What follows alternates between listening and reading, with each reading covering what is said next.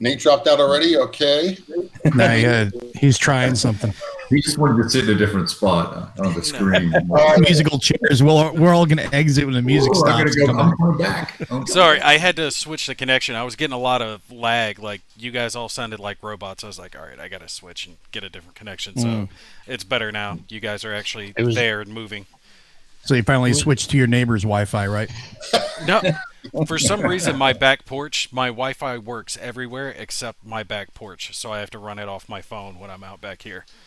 Get an extender. Get an extender, it'll help you. I have to figure something out. I mean, I've got an Ethernet port. They actually put it right out back here, but my laptop doesn't have the little connection for it, so maybe I can put a router out here or something. A little repeater, yeah. It's the radiation. Did any of you guys get anything exceptional for Christmas? The kids got taken care of by Santa. You know how it is when you got young kids and they're all excited. Santa showing up. My kids spent the whole evening on their tablets watching the Santa tracker, which actually turns out to be a great thing because once he hits the East Coast, I can say, hey, go to bed because if you're awake, he's just going to scoot right on by the house and you're not getting shit. So that's when you just tell the kids, Santa's past phase line alpha. Yeah. Well, it's bad because we want them to stay up late enough that they're all excited, but they'll sleep in a little bit and they don't wake us up at 4 a.m. And the kids are like, "Okay, it's can we go to bed now, Daddy?" And it's like, "No, it's 5 o'clock in the afternoon. It's not yet. We'll get there." Hilarious. That's hilarious. Actually, I got a gift. I got this gift. Look, it's a map, and then I'll shut up. But look, it's a map of the Battle of San Jacinto in Texas. Oh, nice. It's got a little description nonsense, and the missus got it all framed up. It's pretty cool. Pretty slick. I like that. Nice. That is very cool. It's allegedly limited edition. I don't know what that means. It's one of 250 until they print 250 more. But anyway, but it won't be quite that 250. Nice. So there you go. Yeah. Does somebody want to tell Kev that he was reflecting the porn from his other screen? Let me just close those windows and I'll hold it for the My son got me, I don't know if you guys can see it because I stuck it out there. He got me on top there an Admiral Thrawn from Star Wars nice picture. Oh, awesome. Oh, that's pretty cool. Put that up when I get some time. But that's not real Star Wars, though. Yes, it is, damn it. Shut up. Star Wars Legends. Yeah, no, that doesn't. No. Thrawn's been canonized because he got written into one of the new continuity cartoons, and he was name checked in the second season of The Mandalorian. So he is now he's the best officially back into canon. That should have been the last trilogy. Oh, hell yeah. The whole Thrawn trilogy. Well, they're going to go back and get rid of the original trilogy, I keep hearing. And I hope to God that happens. Not the original trilogy, the latest trilogy. That garbage thing of we're going to ride space horses across Star Destroyers. What the hell was that nonsense? Sporces. The hell were they Horses. And every stupid tactical decision ever. I'm sorry, that second movie where they're flying through space and they're like, oh, we can only go this fast and they're just going to keep blowing us away piece by piece. And then you wonder why your troops mutiny. I would mutiny. Anyone would mutiny. It's like, oh, no, you're a horrible male. No, bad guy.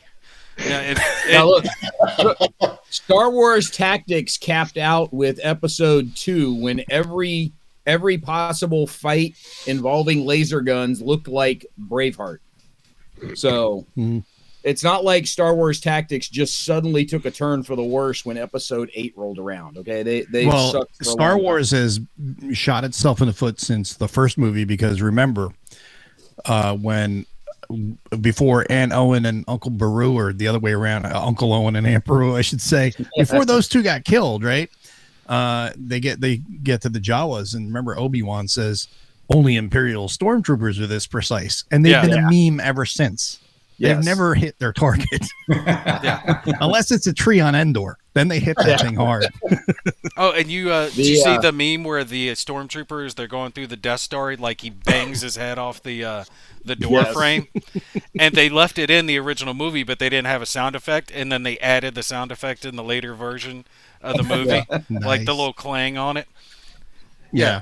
Nice. Stormtroopers are dumber than shit. Oh, speaking Yeah. of which, a good game that I'm actually going to have to the table finally, Imperial Assault. If you guys, Oh, I've been playing that. I've been playing that.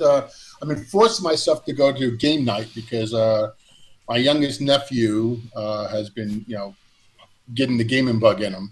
So Blackwell, myself, my son, we played Imperial Assault a couple of nights in there. I just picked up off of eBay a copy of the game with all the miniatures pre-painted.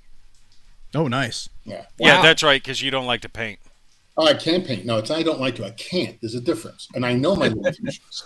Wait, did you ever get your Company of Heroes, or are you still waiting on that? No, they're still waiting on it. God, that is so horrible. They're pre-painting yours, though, aren't they? Yeah. I must have dropped like That's why. $1,500 on that thing. Well, I mean, the game's excellent. It was one of my favorites of 2021. Really outstanding. The miniatures are great, but whatever company they hired to do the painting for them dropped the ball something significant. Because they're blaming COVID. It's COVID. Come on. No, it's whatever. That's bullshit. Is There's that only so much you can blame on going to be an COVID. excuse? How long is that going I'm to be an using it excuse? for everything, man. Forever. Man, come on, please. Hey, it's the new normal, man. It's the new excuse. It's the new normal. And it'll be like, oh, it's COVID. The game got printed wrong and the rule book was upside down. I'm sorry. No, it's the perfect excuse, though, because if you got someone who wants to come over that you don't really like that much, and be like, nah, my wife's kind of scared of COVID, so we don't really want to have guests. Just be honest. Just say, I don't want you to come over. I don't like you. What I do, it's like, nah, you suck. Don't come over. That's what I do. That's why I have no friends. No, I'd like to over and go I out. like it that way. She won't let me do that. She says I have to be nice to the neighbors.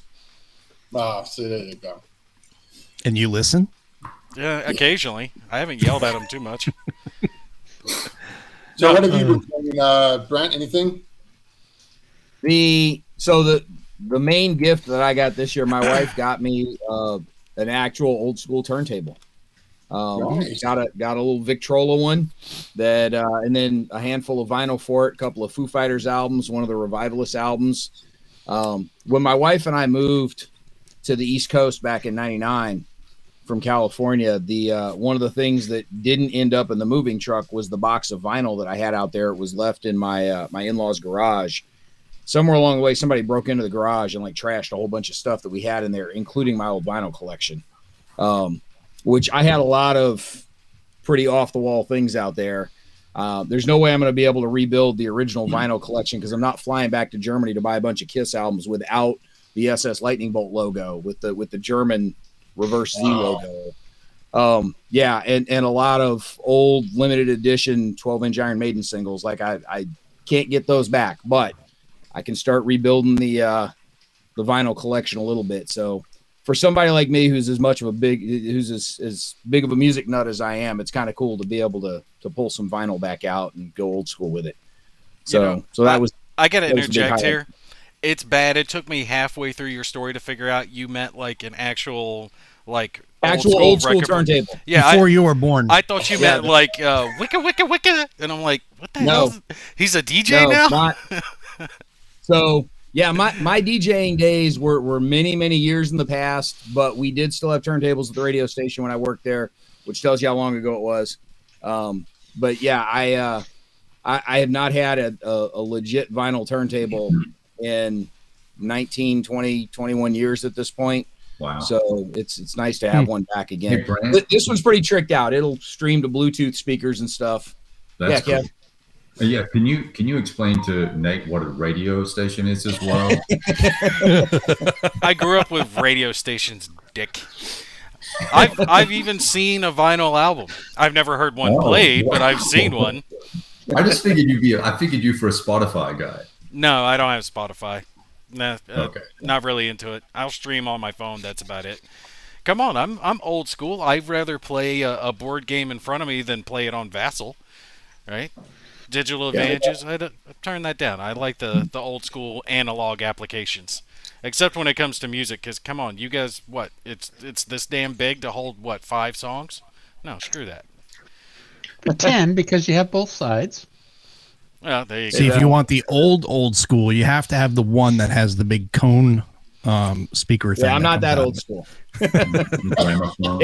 The I will say, gramophone, exactly. So, Nate, the number of songs on the album depends in large part on who the artist is, because you can fit like 2 Rush songs on one side of some vinyl. But you can fit like 27 songs from Bad Brains on one side of an album. So it's all a matter of who you're listening to. I've never heard one in real life. I mean, I've seen it on a movie. That's about it.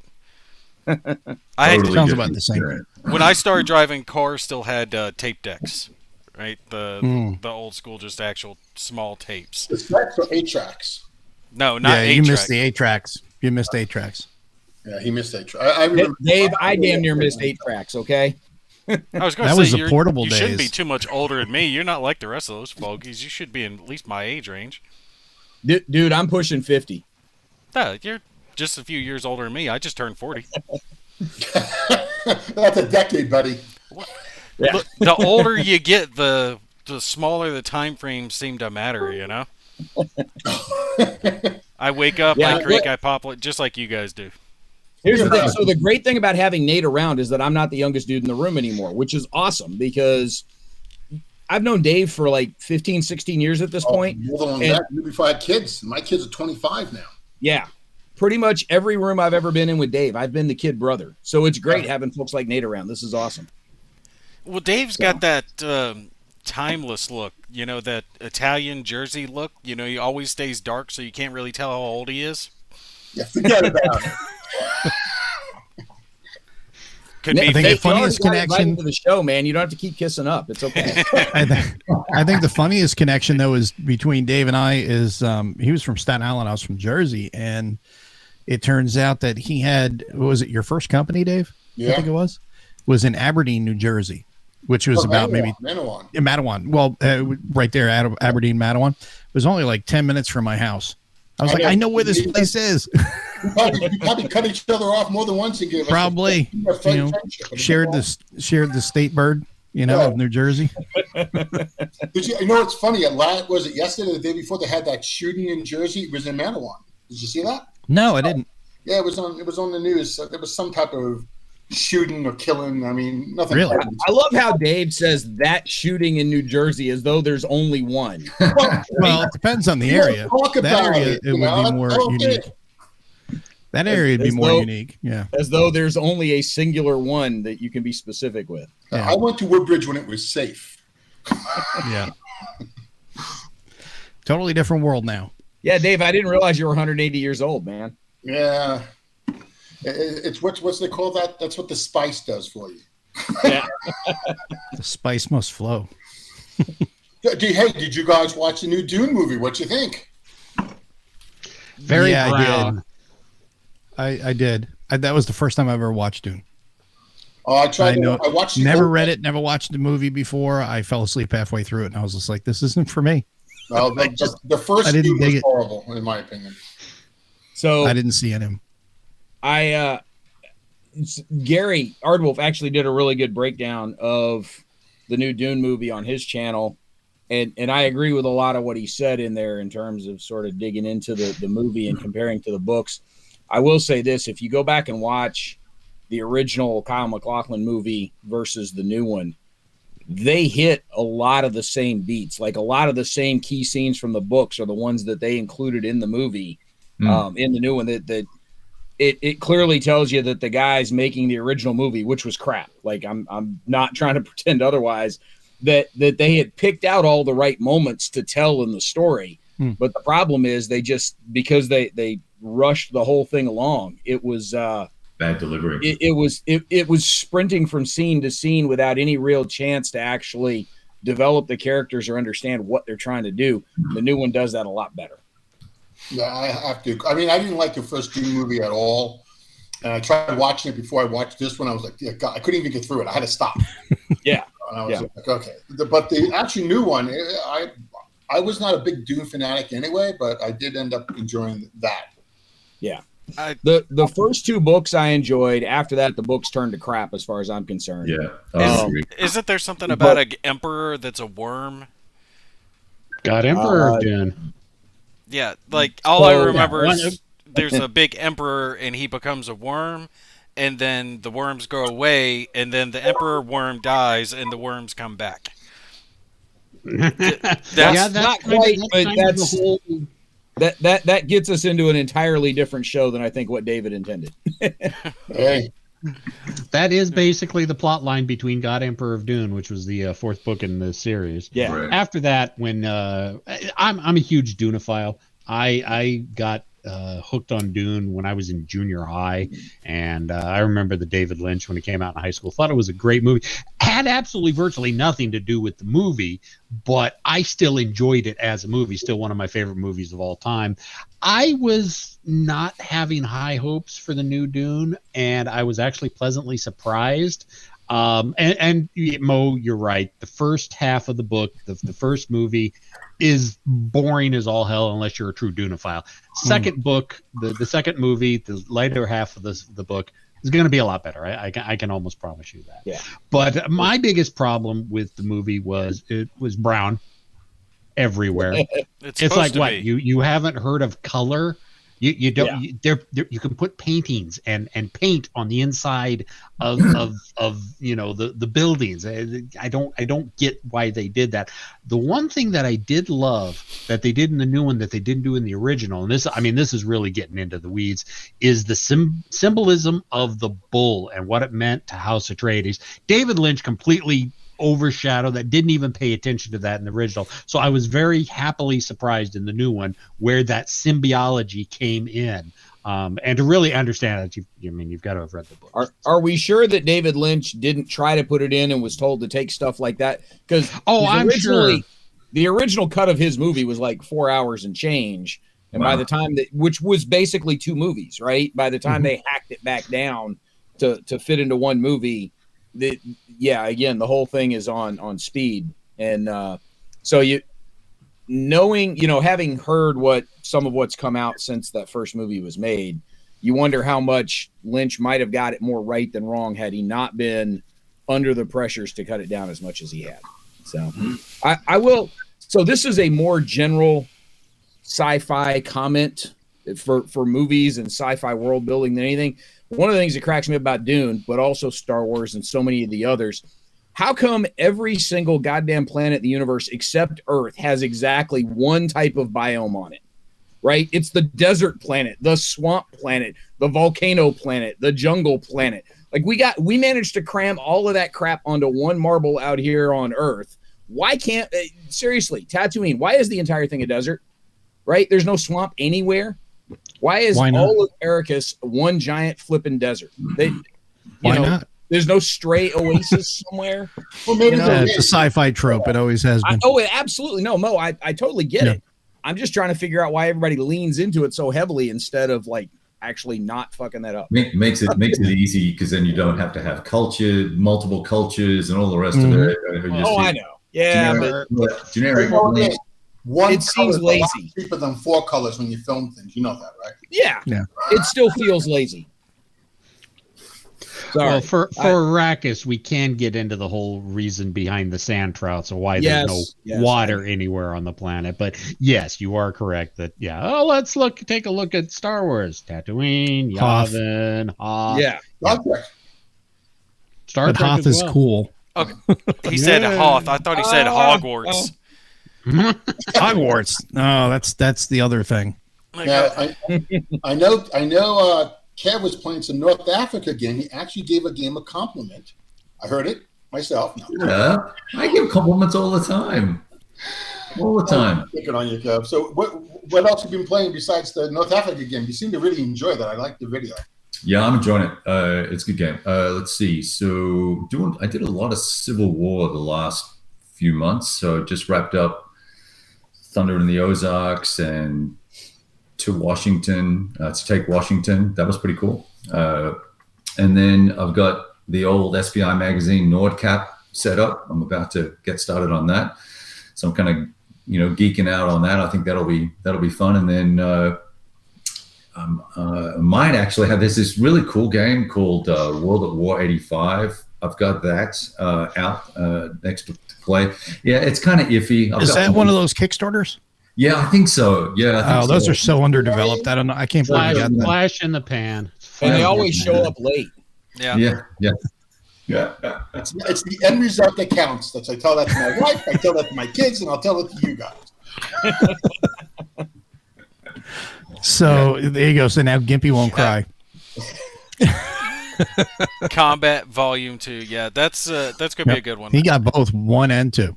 No, the first one is good. It takes a little bit to get into, and you definitely have to read the updated rules because the rules that came in the box weren't excellent. But with it clarified, get the errata, you're good to go. And I'm expecting good things for Volume 2. It's nothing like almost making a game that works. That's very cool. Well, yeah. There's the Kev we all know and love. There we go. Have you guys tried Eric Lee Smith's Across the 5 Aprils? I know Victory Games did it originally. One of the best Civil War games I felt ever played. But they redid it recently, I think, with Compass Games. And I know Eric told me, chat with him on the phone, I guess it's been a little while now, but he had said he had redone the system and made it a 10-sided die compared to a 6-sided die. Yeah, that's the P Ridge is one of the battles I played from that. And it's pretty good. It's more generic. I don't know if anyone else has played. Has anyone else played it? I just felt like it was less thematic than, say, Lutman's series, right? Lutman's series is, you really feel like Blind Swords. It's the Blind Sword series. Thanks, Mo. Yep.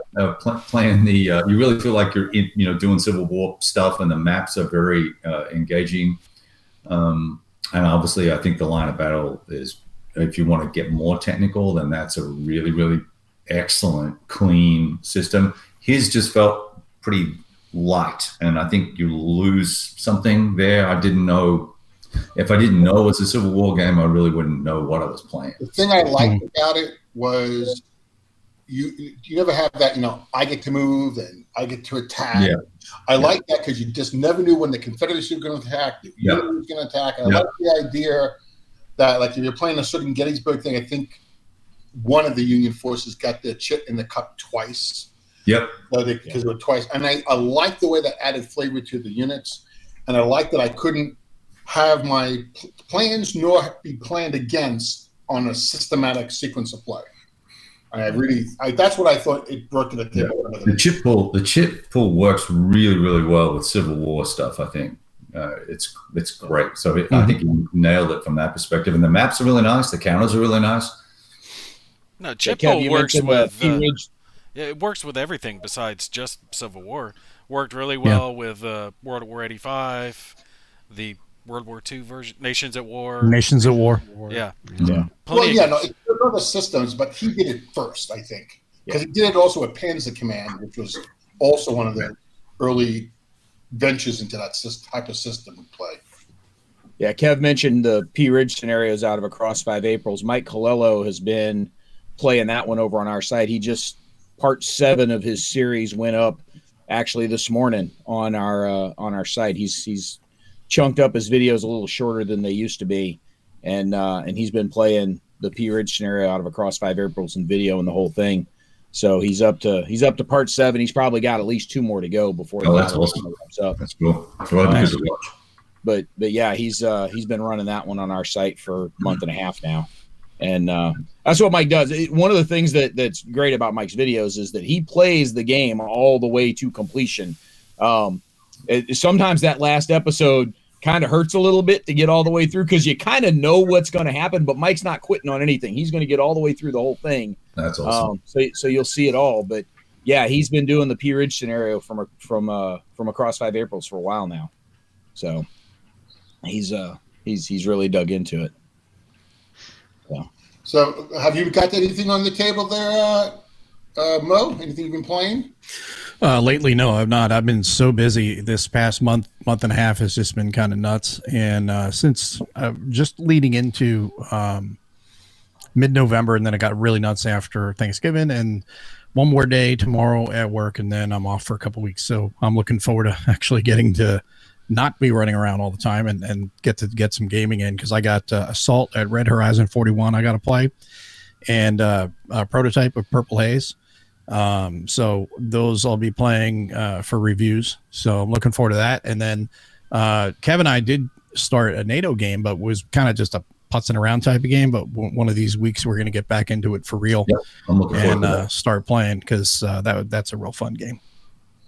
No, What Mo, about you you? like NATO? No. You Yeah, never talk about it. There's something to do. It's the only thing you've talked about this year. Yeah, I know. Well, Unfortunately, my table great game. still has gift wrap stuff all over it out here. So, There you go.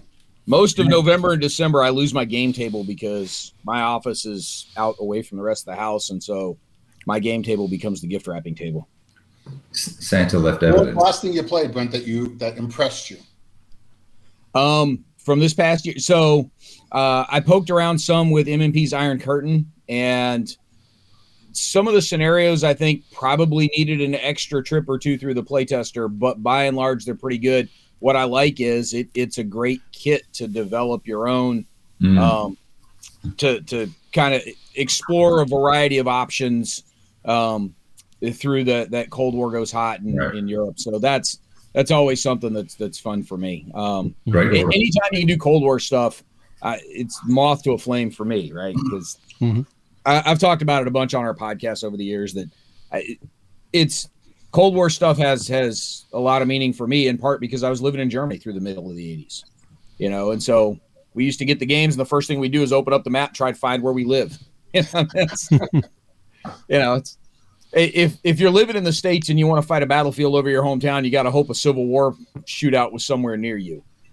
If you're living in Europe, in the 70s and 80s, yeah, they're all over it. So when America Breach comes out for World at War, we're seeing. You never know. Yeah, Nice. Yeah, how far are you away from what is it? Blood something, blood. Blood and Fury. Yeah, Blood Fury. It's Blood like and a Fury. Marrow Council, but no, it's not. It's honestly, they're pretty much done. I mean, that we. I don't know if you guys saw. I think 2 or 3 weeks ago, a week ago, whatever it was, we released 2 free scenarios. Or at least I know we released one, Sky Soldiers, and there's another one coming, and it has a new scenario format, which everyone seems to be pretty happy with. So I was waiting for the bitching to start, but they're happy people. No, they didn't give me any. We don't complain anymore, Dave. Are you kidding me? We have 2 rule books here. I have one here. We have one that's called the Kevin Sharp edition. Which game system, though? Yeah. All games. Because no, I was gonna say it depends. If it's like Lock and Load Tactical, it's whatever Lock and Load Tactical is, like 100 pages or whatever the rules, not taking out all the other stuff. But the newer editions can be up to like 150 now. I mean, No, we put a whole big a biography in the back and how it was, the original developer was born and there you go. No, we're getting rid of, but we're going to start pushing more the handbook over the let's say total core rules. Yeah, I love the handbook. The handbook is awesome. But the flip card thing. What? Is that what you talking about? The flip card? No. The handbook is basically a condensed rule book. What? Excuse me. Condensed rule book. It's kind of a condensed rule book. There's no narrative. There's no Kickstarter game. Starter kit game in there. It's just basically the rule. We tried actually reducing it in font size for those who want a smaller rule book, but honestly, we only saved like 20 pages, 30 pages at the most. And I couldn't read it. Yeah, and then people were bitching about it being too small, so it's down 100 pages basically. I mean, give or take, probably a little bit more than 100 pages. And you've got the bigger font too, so that's understandable, right? And you've got a lot of art in it, so it comes across as a big, daunting rule book. But when you start actually flipping through it, it's really like someone was just asking earlier on: is how hard is it to get into it? Lock and Load Tactical and all that sort of stuff's pretty straightforward, right? Yeah. It's not too hard to get into. The latest revision, and this is part of the Kev Sharp edition, we put the word optional after the artillery barrages and stuff. Certain rules that certain of our elite players complain may not say optional. So we fixed all that. But if you want to make it the Kev Sharp edition, you have to have not only optional, but then you have to have next to each of the rules that are important, you must have important next to each of those. In red. That would be the whole book. And you know what? That's the joke. Exactly. That set of rules from Hanu, that is actually how he does all the rule books for that system with that red highlighting through it. It's crazy. Anyway, whole nother topic. So, the Kev Shop rulebook, really? So, I mean, we actually call it the Kev book. The Kev yeah. It just will. What you need to do is you need to do another lock and load tactical. Go back a little bit, Napoleonic era, I should say, and have it be Heroes of Sharps Rifles, and have Kev running Sharps Rifles, and don't have it SHIARPE. Just drop the E. So I'll just show you. We have this coming for the on the new cover. So this way there'll be no arguing about it. Got a little image up there. Nice. So and that's perfect. It pops up right over his head. Yeah, couldn't have been better. I mean, it looks kind of like a level of scowl. Yeah, it looks kind of like a gay Crocodile Dundee, man. Well, he's mad about one of the rules. Shots fired. Wow, here we go. All right, let's go. So, but So anyway, so that's that, and so as far as you didn't say when the game's going to go to Kickstarter. You managed to avoid the question. Divert by going. Oh, are you trying out for a new job in Washington? To his credit, he didn't just say, "Don't know, we're waiting on COVID to go away." So no. You have to be vaccinated to be able to do our Kickstarter. That's the rule. Oh well. And all the boosters. Right, and all the boosters. Yeah. And all the boosters. Yes.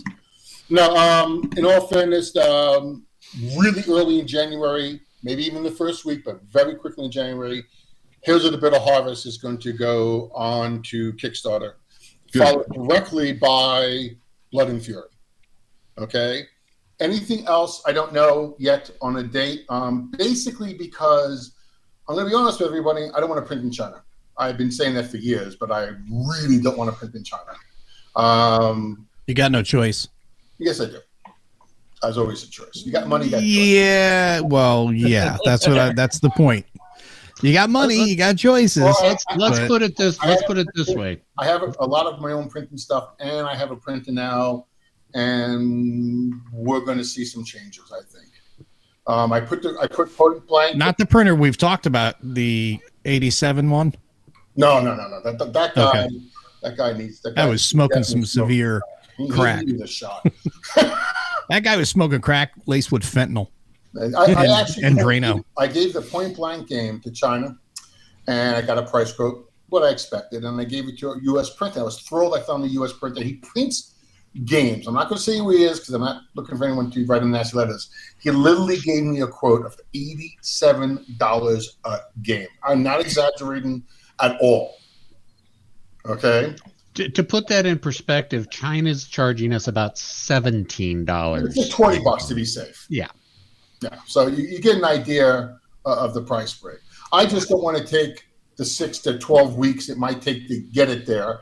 And I can't even give China to get me a date. Where the hell is the R in China? China. He's from Staten Island. It's like CHINARRRR.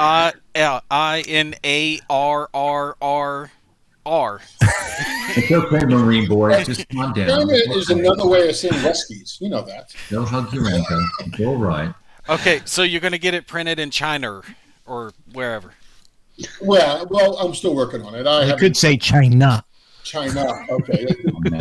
China. That's going to be China. And Nate Rogers' vocabulary skills. I just got to pick on all you Yankees. You guys give us Southerners crap like we don't know how to talk, but you just throw random letters in there. Or take them out, right? All those R's migrated down from Boston. That's true. Yeah. So we're looking at versus Man. Blood and Fury probably in people's hands 2024.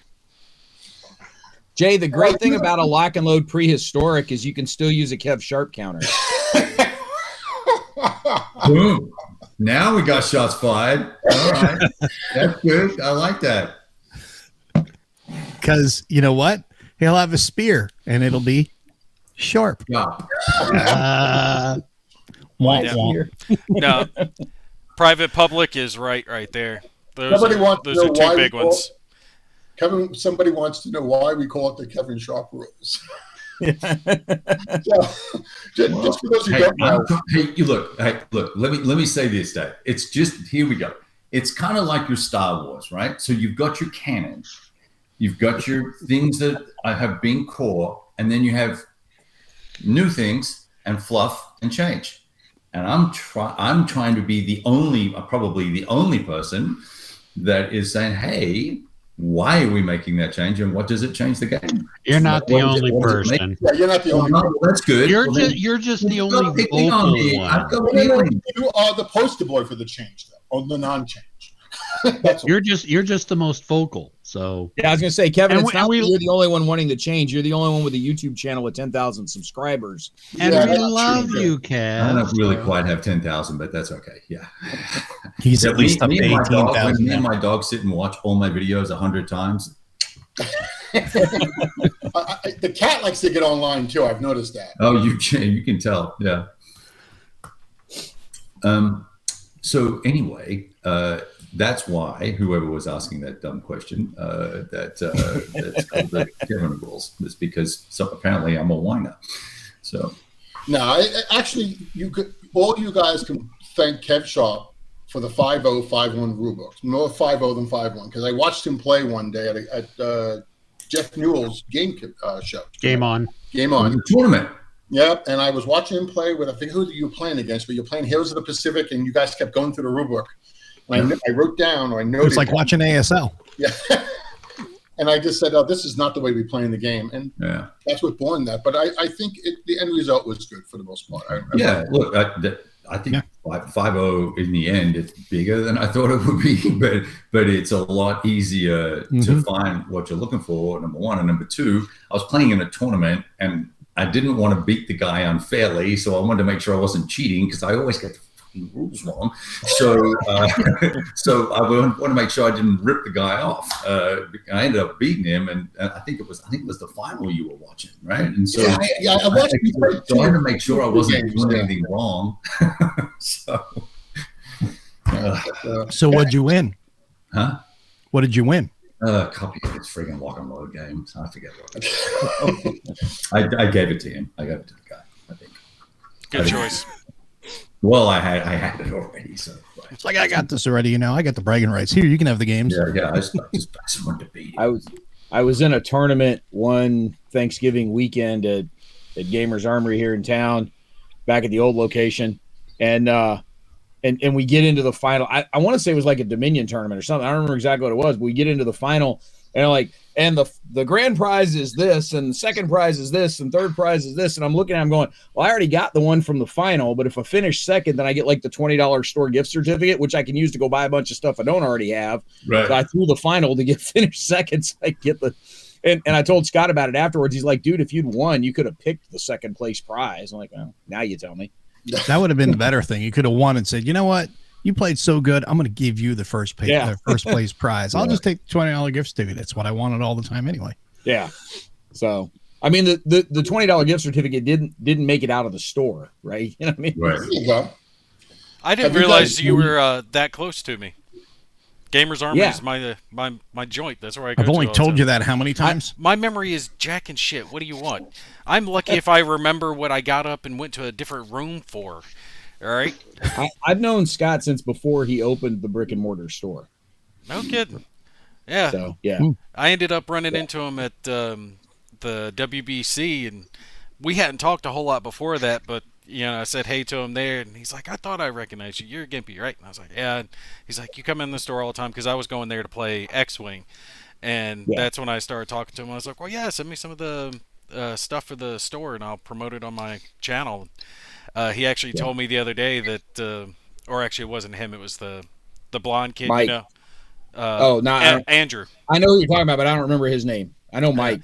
Andrew. He was behind the counter, and he's like, yeah, we had some people came in, and they said, hey, doesn't Gimpy shop here? And he's like, yeah. And I was like, damn, I've got a fan. One.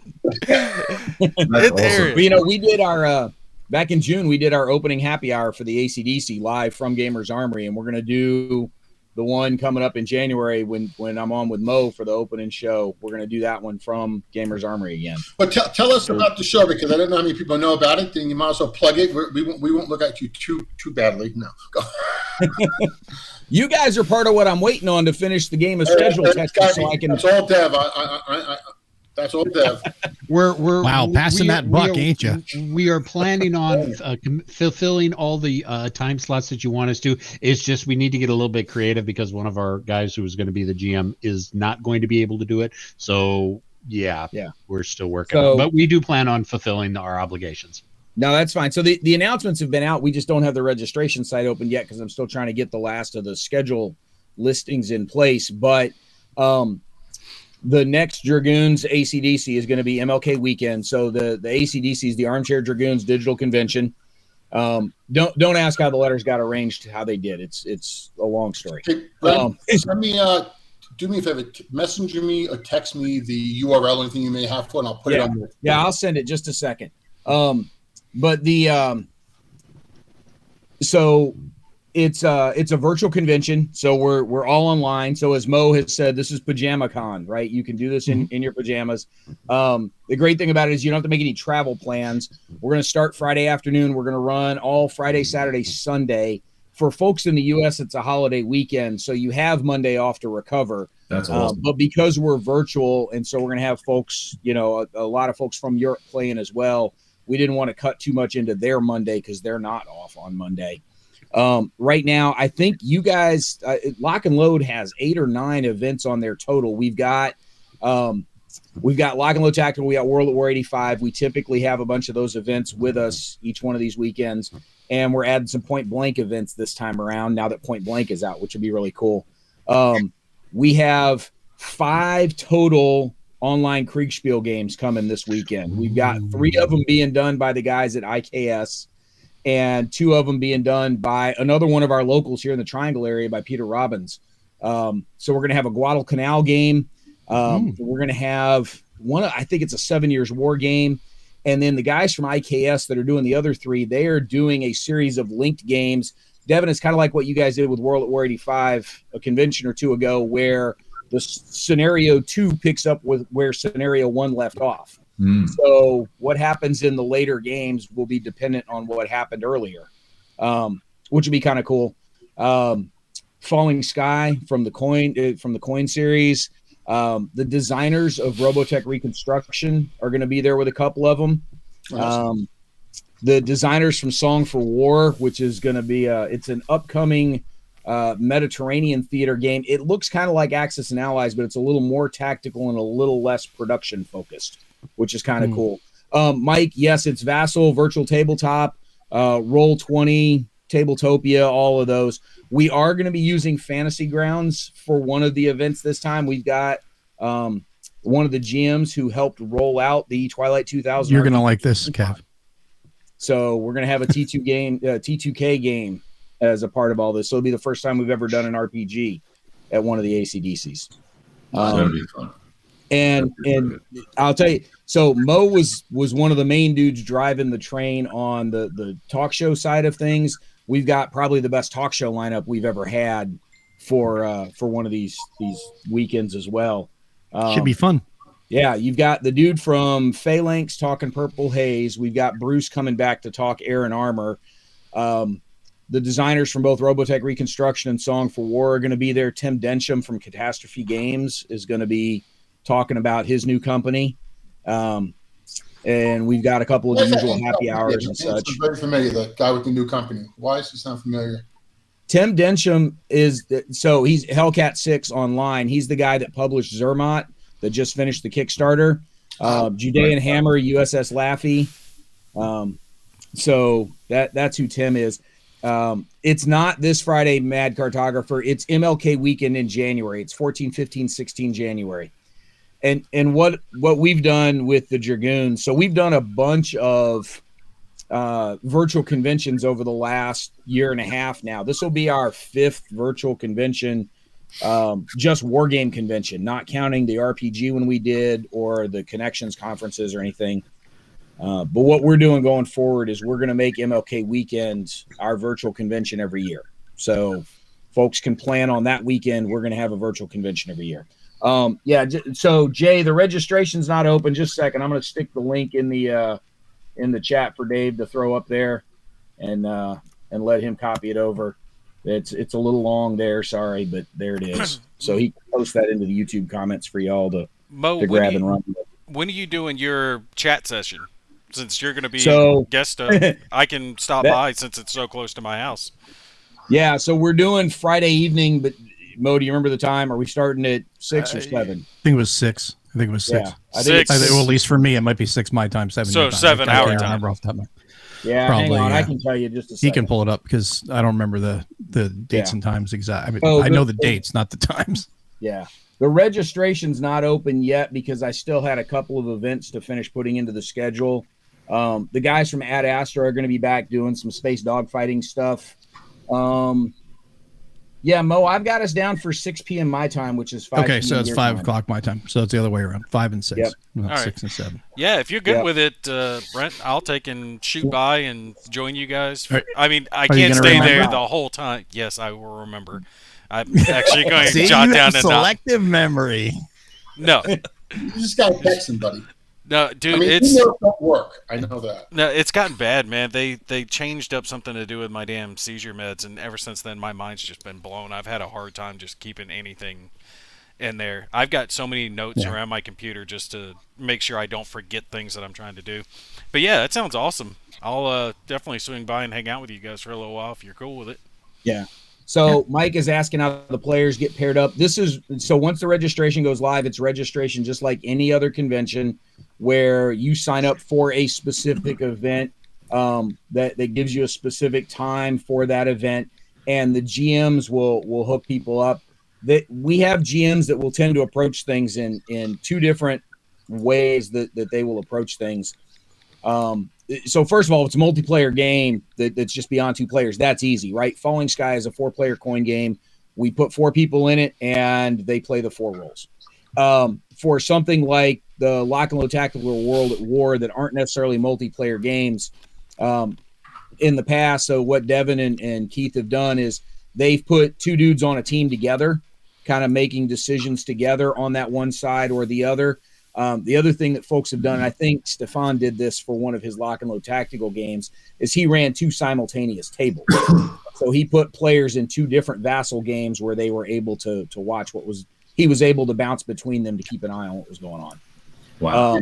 For the Kriegspiel games, for instance, I mean, we'll have 8 or 10 guys in there, but the Kriegspiel umpires, the referees, I almost said umparee. Go figure. But those guys are pretty used to bouncing in and out of all kinds of different Discord channels to help make those go. So somebody asked, how do you have to know the game? Would it be taught to you? We like familiarity with the game because it helps get things up and running faster. But that said, especially the pre-press things, the GMs come in expecting to teach the games. David Thompson's going to be there with Lanzareth Ridge, his newest Valiant Defense game. That one's going to be hitting Kickstarter like the week after the convention. So this will be a chance to play it before it hits Kickstarter. Dude, I've got a prototype copy of that. You want me to bring with? You can. I don't know how well we're going to be able to show it on camera is the only challenge. I'll bring it. Bring it. We just might not be able to show it on camera. It just might be you and me playing with it. Better to have it and not need it. Oh, yeah, totally. Sure, yeah.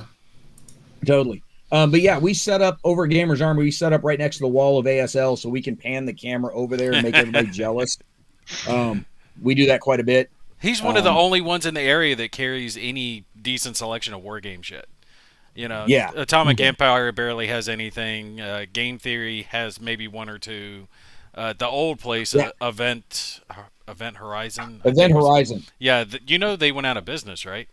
Yep. Yeah, I spent a lot of money there the last 3 months trying to help keep them afloat, but it just they didn't have a good location and their prices weren't that good, and they weren't good. They were the best place in the area for used stuff. That was their big thing. Like Gamers Armory with his loyalty program, and I know I talk up Scott a lot because I always tell people it's great, but it's generally at least 10% off MSRP. and then every 100 you spend, you get the $10 gift card that you get to use there. That adds up quicker than you would think. So, I mean, he's great when it comes to prices. You guys Scott need to hook up with Rich. My money over the years. You guys got to hook up with Rich Whitmer. He lives in your area too. Gamers Armory is his game store. Rich, he works with GMT, right? He's the one that was putting out a game for them that I prototyped. Yeah, I already met him there one time. He needed help prototyping a game. I forget the name of it. It's on the channel. But I ended up meeting up with him there. He gave me a copy of the game, and then I filmed some videos with Gimpy's gal and put it up for him. Nice. Once we get a little further over the hill with the COVID stuff here, I'm really hoping to get some more regular big wargaming days going over at Gamers Armory. We used to have a regular one on the schedule back at the old location, and it kind of fell apart when a couple of the key people left town, and we just never really tried to get it refired after that. So that's I would like, because there's a lot more of us. Here's the deal. I am firmly convinced that the Raleigh area here has at least as many, if not more, tabletop gamers, not just war gamers, but tabletop gamers as a whole, than Columbus, Ohio. It's just Cabs is way more organized than any other game club on the planet. And so they can actually consistently get 120 people to show up every other week for a big club meeting. We're just not that organized around here. No, that's our biggest problem. Everybody's kind of piecemeal off doing their own little thing in small little groups. There's the Simulation Society, you know who I'm talking about, Triangle Simulation Society. Yeah, the KISS guys. I went and joined them, filmed some of their stuff one time. They're a good group of guys playing a whole bunch of different stuff.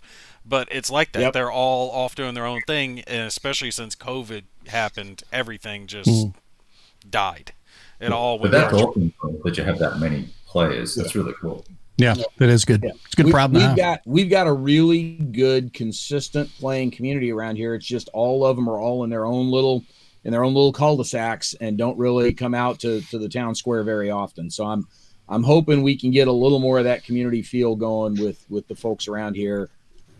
Maybe 6 months to a year from now. It's that excuse again, man. There we go. Yeah, I know. Look, Scott's store is an awesome location to do stuff like that, especially the new one where he's got, a 2/3 of it roughly devoted to game table space. He's got so much space in there. I actually ran a summer camp out of his store one summer for you were the one running the summer camp? Yeah, it was me. Yeah, I saw the kids there all the time, and I talked to them about it. And what they had going on. We had originally set up 2 weeks to do it, and just based on registration, we collapsed it all into 1 week, which worked out because of some other soccer camp stuff I was supporting another week. And I was going to come back and do it again the next summer when Cisco made me a ridiculous offer to come work for him for 6 months. So this is the part where we're going to pressure Dave a little bit, though. Dave, when are you going to get your crap on the shelves at at the store there? Dude, I've been barking on Dave and Scott on that one for a while.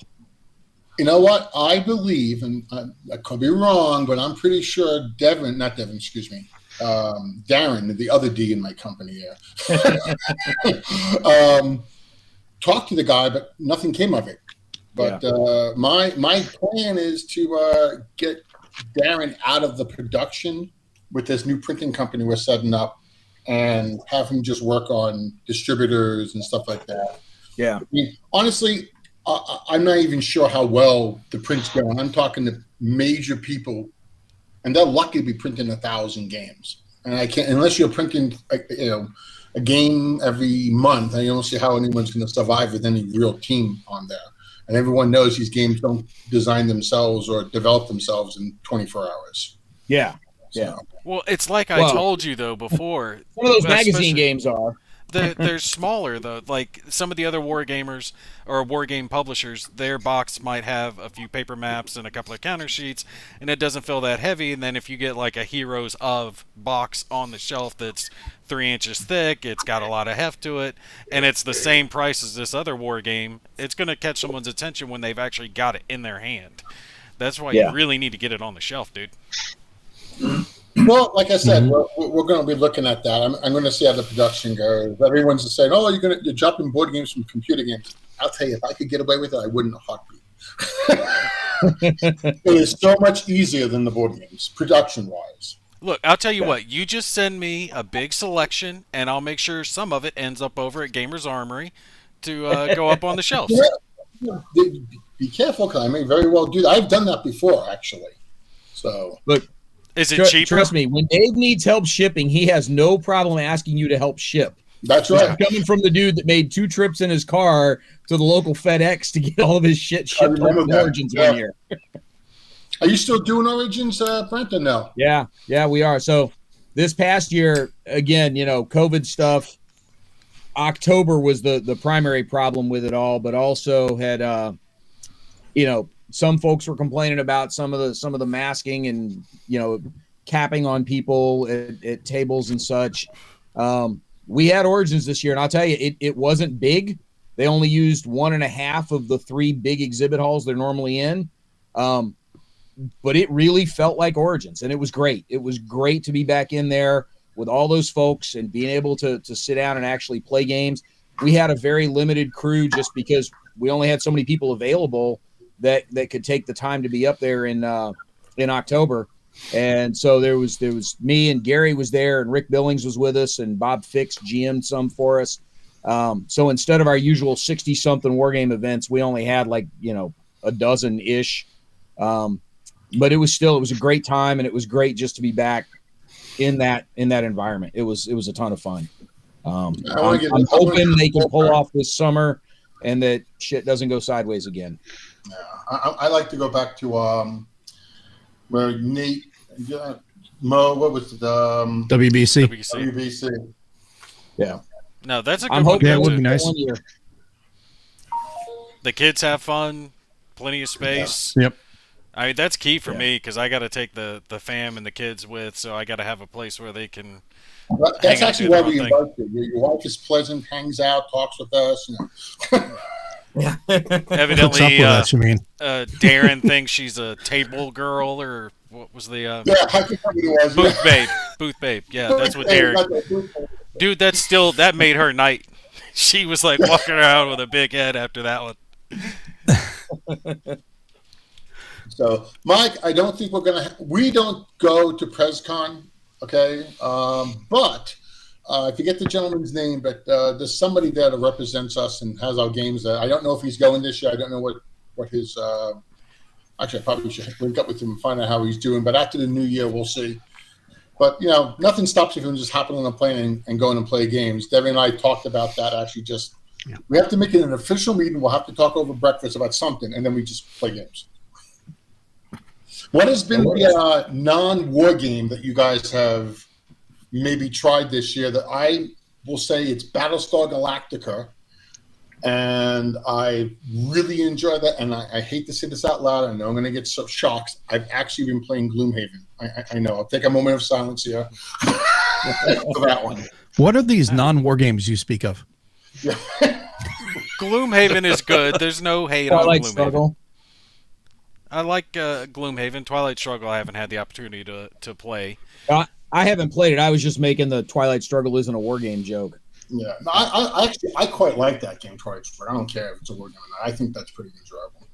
No, I'm telling you, David, you're still missing out. Get Core Space and be done with it. I had the whole game because of you. Oh, you did get Blackwell doesn't. That game doesn't have enough to do in it. He told us we'll play it. I bought the whole thing because of your podcast, actually. And he looked at it, tried it a little bit, and said, it really wasn't all that great.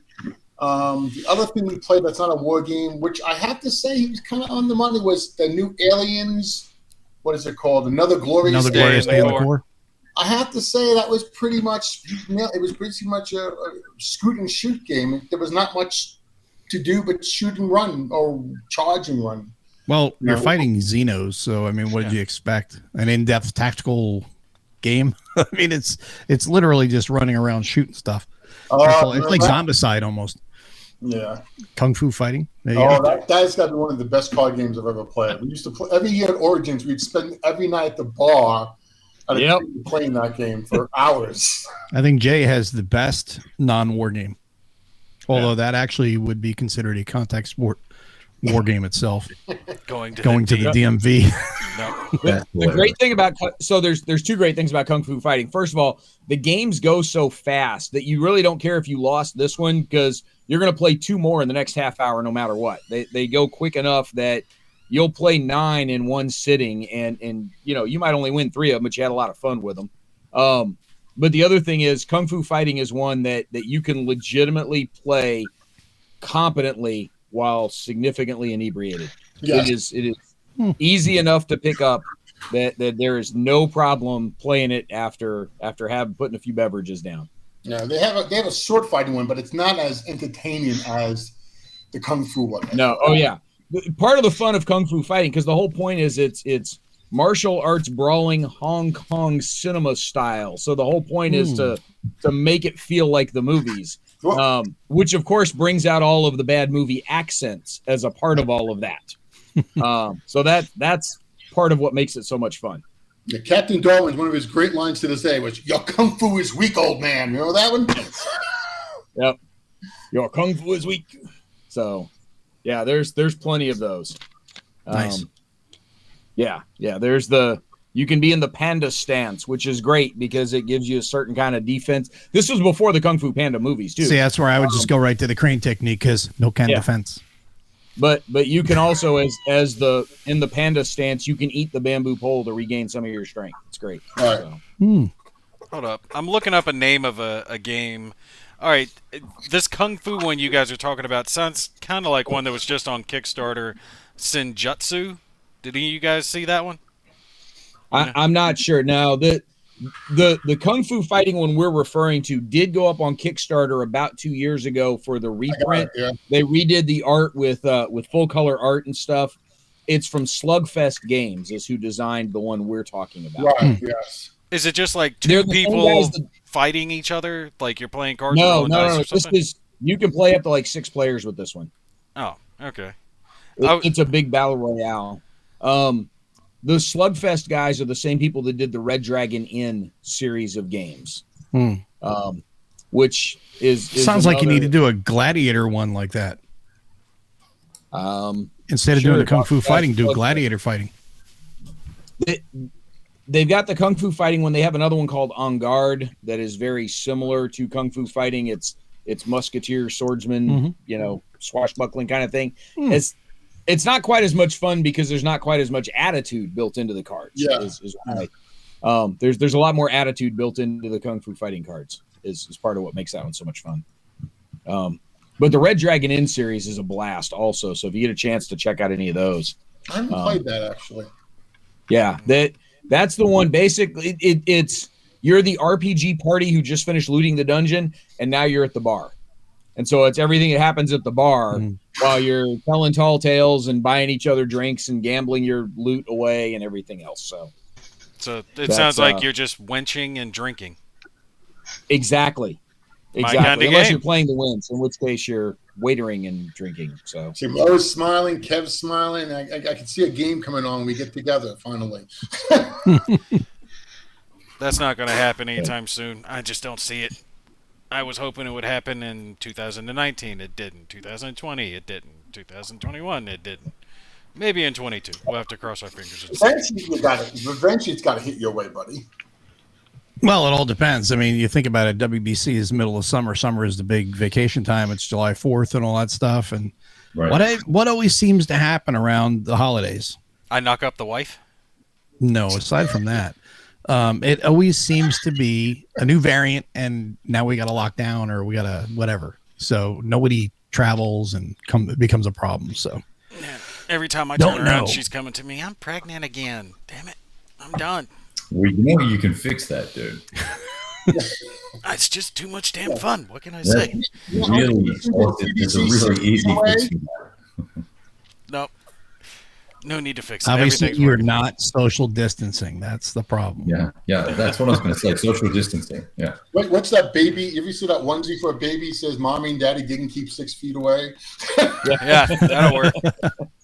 No, and Mo, you didn't get your picture, by the way, but I did wear that damn thing for her. It was a little teddy bear on it, and it said that Papa just Bear. sounded way wrong. No. Remember we were talking about it, the matching PJs Family for show, family Christmas. show. Yeah. Yeah. You actually wear those matching PJs? Yeah, I wore them. It put a smile on her face, so I wore them. I had my little PJs that said Papa Bear on it. Oh, you're talking about that. Okay, yeah. Who Yeah. says they didn't get There's a a word that describes that, and I'm not going to say it on the channel. Yeah, Whipped. you know, I'm not sure how we took a turn into Mo and Gimpy sharing pajamas, but I'm just not really comfortable. It wasn't me sharing any pajamas. It was him sharing his pajama story about wearing his Papa Bear pajamas. Mo was the one saying he wanted a seductive picture of me. I mean, that was on him. That wasn't on me. No. I don't think it was you he was looking for the No. the picture Yeah, of. definitely not you. Did you wear a mask for that? No. You sure? No. Wait, are we still talking Put on about a Planet of pajamas? the Apes mask? I hope not. Wow, now we're getting into way too much information. Getting. Yeah, No, now you guys have he's gone talking off about my masks topic for over other here. things. Someone asked about a Wing It a Prayer.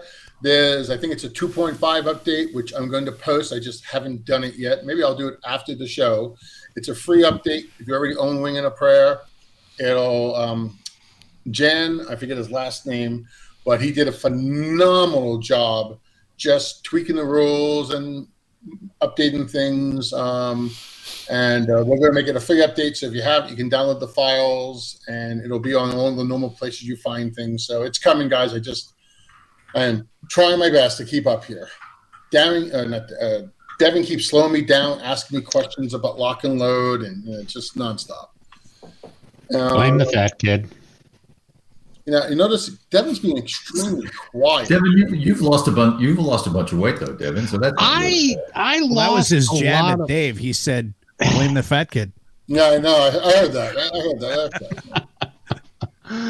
Yeah, I lost over the last 2 years. I went from 290 down to 219, and then Oh shit! Yeah, oh yeah. That's not bad, bro. I was walking. I was walking upwards of 6 miles a day, 6 days a week. Unfortunately, September I stopped that, and as soon as I stopped that, like 2 months later, I put 30 pounds back on. So, Well, you know what happens when you walk away from it? It keeps, if you stop, it catches back up to you. That's the problem. yeah, that's the thing. So I'm waiting since I'm up here in Seattle, and I hate the inclement. I love living in Seattle. I just hate being out in the inclement weather, so I don't like doing my walks in the weather. So I'm waiting for April to roll back around so I can start up my walks again, so I can lose this damn weight again. So yeah, it's a vicious cycle. It seems every year Seattle. I deal with this. You love living in Seattle. I love living in Seattle because we have seasons up here. I love the greenery and the mountains and all that. Everything else, no. We didn't say anything about how I like the people or the politics. Okay, so Seattle would be a hard no for me. I would shoot myself before I moved to Seattle. Well, I live about 20 miles outside of Seattle. So yeah, you're safe out there. If I act normal people. If I actually say where I'm from, nobody knows where it is. So I just Seattle. Seattle's the closest big city. I remember when you say Seattle, you're automatically sliding off the plate there.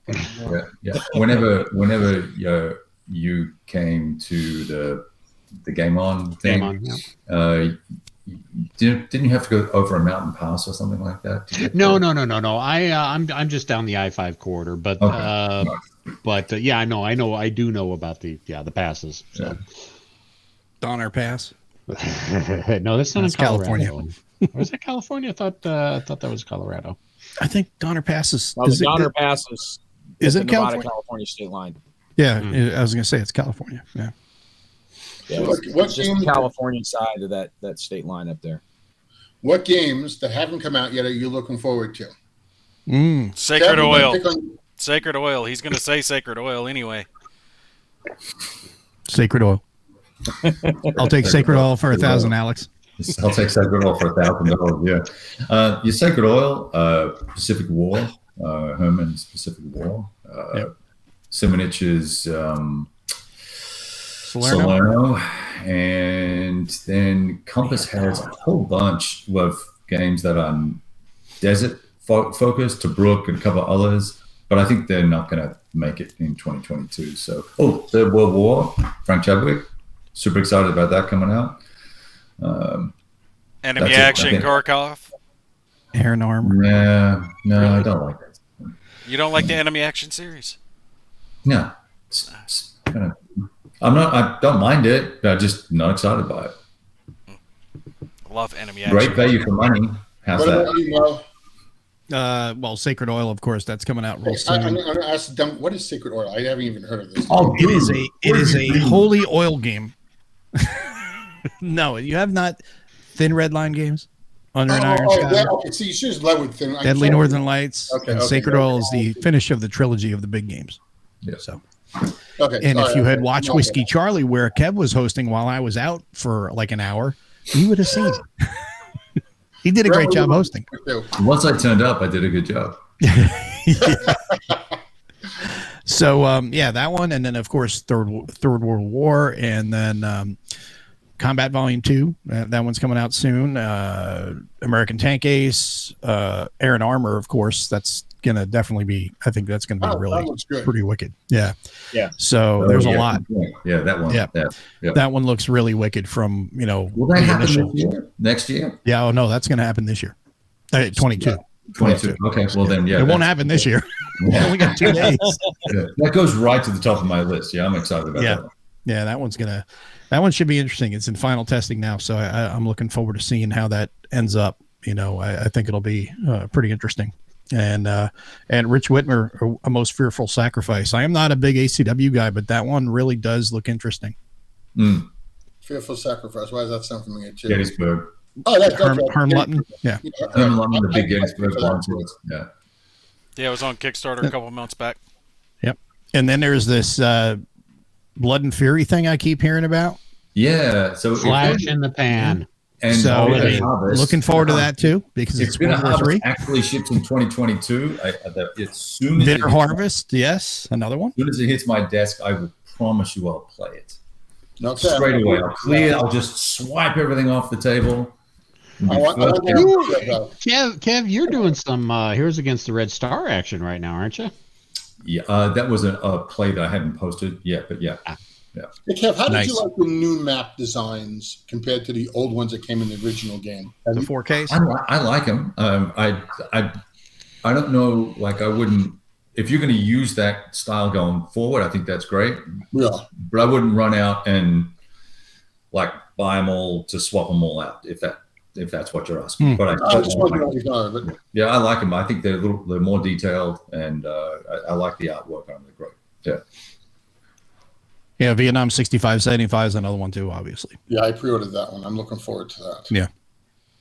Yeah. What do you think? Who's going to play that? Who's going to play it? Oh, I played the original, man. That game is very playable. At least it was. I don't know what the new model is going to. But I thought the old one was playable. I had no problem playing it, and I liked the way. The campaign, or just a scenario or two? No, I played the whole campaign more than once, actually. Really? You really had no life. Yeah. I was in high school, Right. Yeah. Well, that's interesting. I watched them play test the Tet offensive 3 days. And it's only a 3-turn scenario, I believe. It took halfway through 3 turn days to one. get a turn and a half done. Are you kidding me? Wow. Are they actually skilled players or just somebody who sat down to play? I mean, they're play testing and checking rules and doing stuff. So no, they knew what they're doing. It was like Ralph and whoever, another guy. Mitch. No, it wasn't Mitch. Mitch wasn't doing it? I know the guy's name. I know his tag. I can't remember what his actual name is. But well, there's another one that I forgot to mention too that Kev will be familiar with. Red Strike. Oh, that's another one from VUCA. So I'm hoping Red Strike actually makes it out in 2022. Yeah, it will. I think it'll be good. It'll be later than originally planned, because originally it was supposed to be like March. I think it's going to be more like summertime at this stage right now. So. What are you excited about, Brant? Iron Armor and the upcoming Third World War, the Vietnam 65-75. It's a little weird. Like a lot of the ones I'm interested in are the updates to older things that I played growing up. But I am looking forward to Red Strike. I'm curious to see. I think Red Strike. What I'm interested to see is how playable it actually turns out to be. Right. It looks like It looks like Red Strike is it's the new one coming from Vuka Sims that uses the Gulf Strike system for Cold War Goes Hot in Europe in the 80s. Oh, nice. So it's the Mark Herman system tweaked. They sent us a copy of the rules to have a look at. It's pretty involved. You can pull the rules down from their website. Yeah, now they get the rules up online. Yeah. Is it? Okay, cool. All right. They've got it available there. And that was a very hard game to play, in my opinion. Golf Strike? Yeah. The original Golf Strike. It was challenging. So I'm looking forward to that. It's going to sound a little weird. It's tough for me to say, hey, I'm necessarily looking forward to one specific something, because one of the things that I get a lot of fun out of is either finding the smaller publishers or stumbling across stuff at conventions or whatever that's, holy crap, what the hell is this and where did this come from? And so it's tough to say you're looking forward. I'm looking forward to discovering the thing nobody else has heard of. Mm-hmm. You know, this past year at Origins, it was the guys from Song for War. I know years ago I saw Origins called Warfighting, and years ago. Yeah, a bunch of jackwagons had no clue what the fuck they were doing there. Just by way of clarification, because folks aren't going to get the joke with Dave and I going back so far. In 2005, when I still had Bayonet Games going, I had a tabletop war game that was the Warfighter series that I was self-publishing. And so for 3 Origins in a row, I was there as a vendor selling my own war games. This is not the one that Dan Verson does with the card games and stuff. This predates that by 4 or 5 years. And so we made a go of it. What I learned is that I'm really bad at being a businessman. And so I enjoyed the lessons I learned, but I'm not very good at it. So now I run a website instead where, I can screw up and I can fix them a lot easier. So you should take $1,200 into a printing press run, Go with David's technique. Just keep talking until they eventually give up and buy something, so it'll shut up and go away. That totally worked while we were at the conventions. The problem was everything that happened when you weren't at the convention that kind of went sideways on me. That's it. What I'm looking forward to is discovering something nobody knows anything about, and this year at Origins, those dudes from Song for War, like we had a whole bunch of war game stuff going on at Origins, and these dudes were just sitting off somewhere. Hey, come check out our pre-press copy of this game. We're like, holy shit, this is cool. And nobody knew who they were, what they were about. We've gotten to know them a bit since then, and they're going to be at the ACDC and hoping to get their stuff on Kickstarter sometime soon. But again, it's stumbling across stuff like that that's really a lot of fun. No, because you're right. Because those small mom and pop family companies, they're the ones that are going to bring something innovative and new to the industry. And I ran into a company like that earlier this past year, or this year rather, for Sage Games, the ones that did Age of Dogfights. You know which one I'm talking about? Yep. And their biggest, we had that in our program at Origins. Yeah, their biggest release prior to that was Tank Chess, and it wasn't a very big game. It was a cool game, but Age of Dogfights really took it to a new level, and I was more than happy to promote those guys because they were really putting their heart and soul into the game, and you could tell. And they learned from the mistakes they made with the first version and made all the improvements with the Age of Dogfights World War II that they just kickstarted.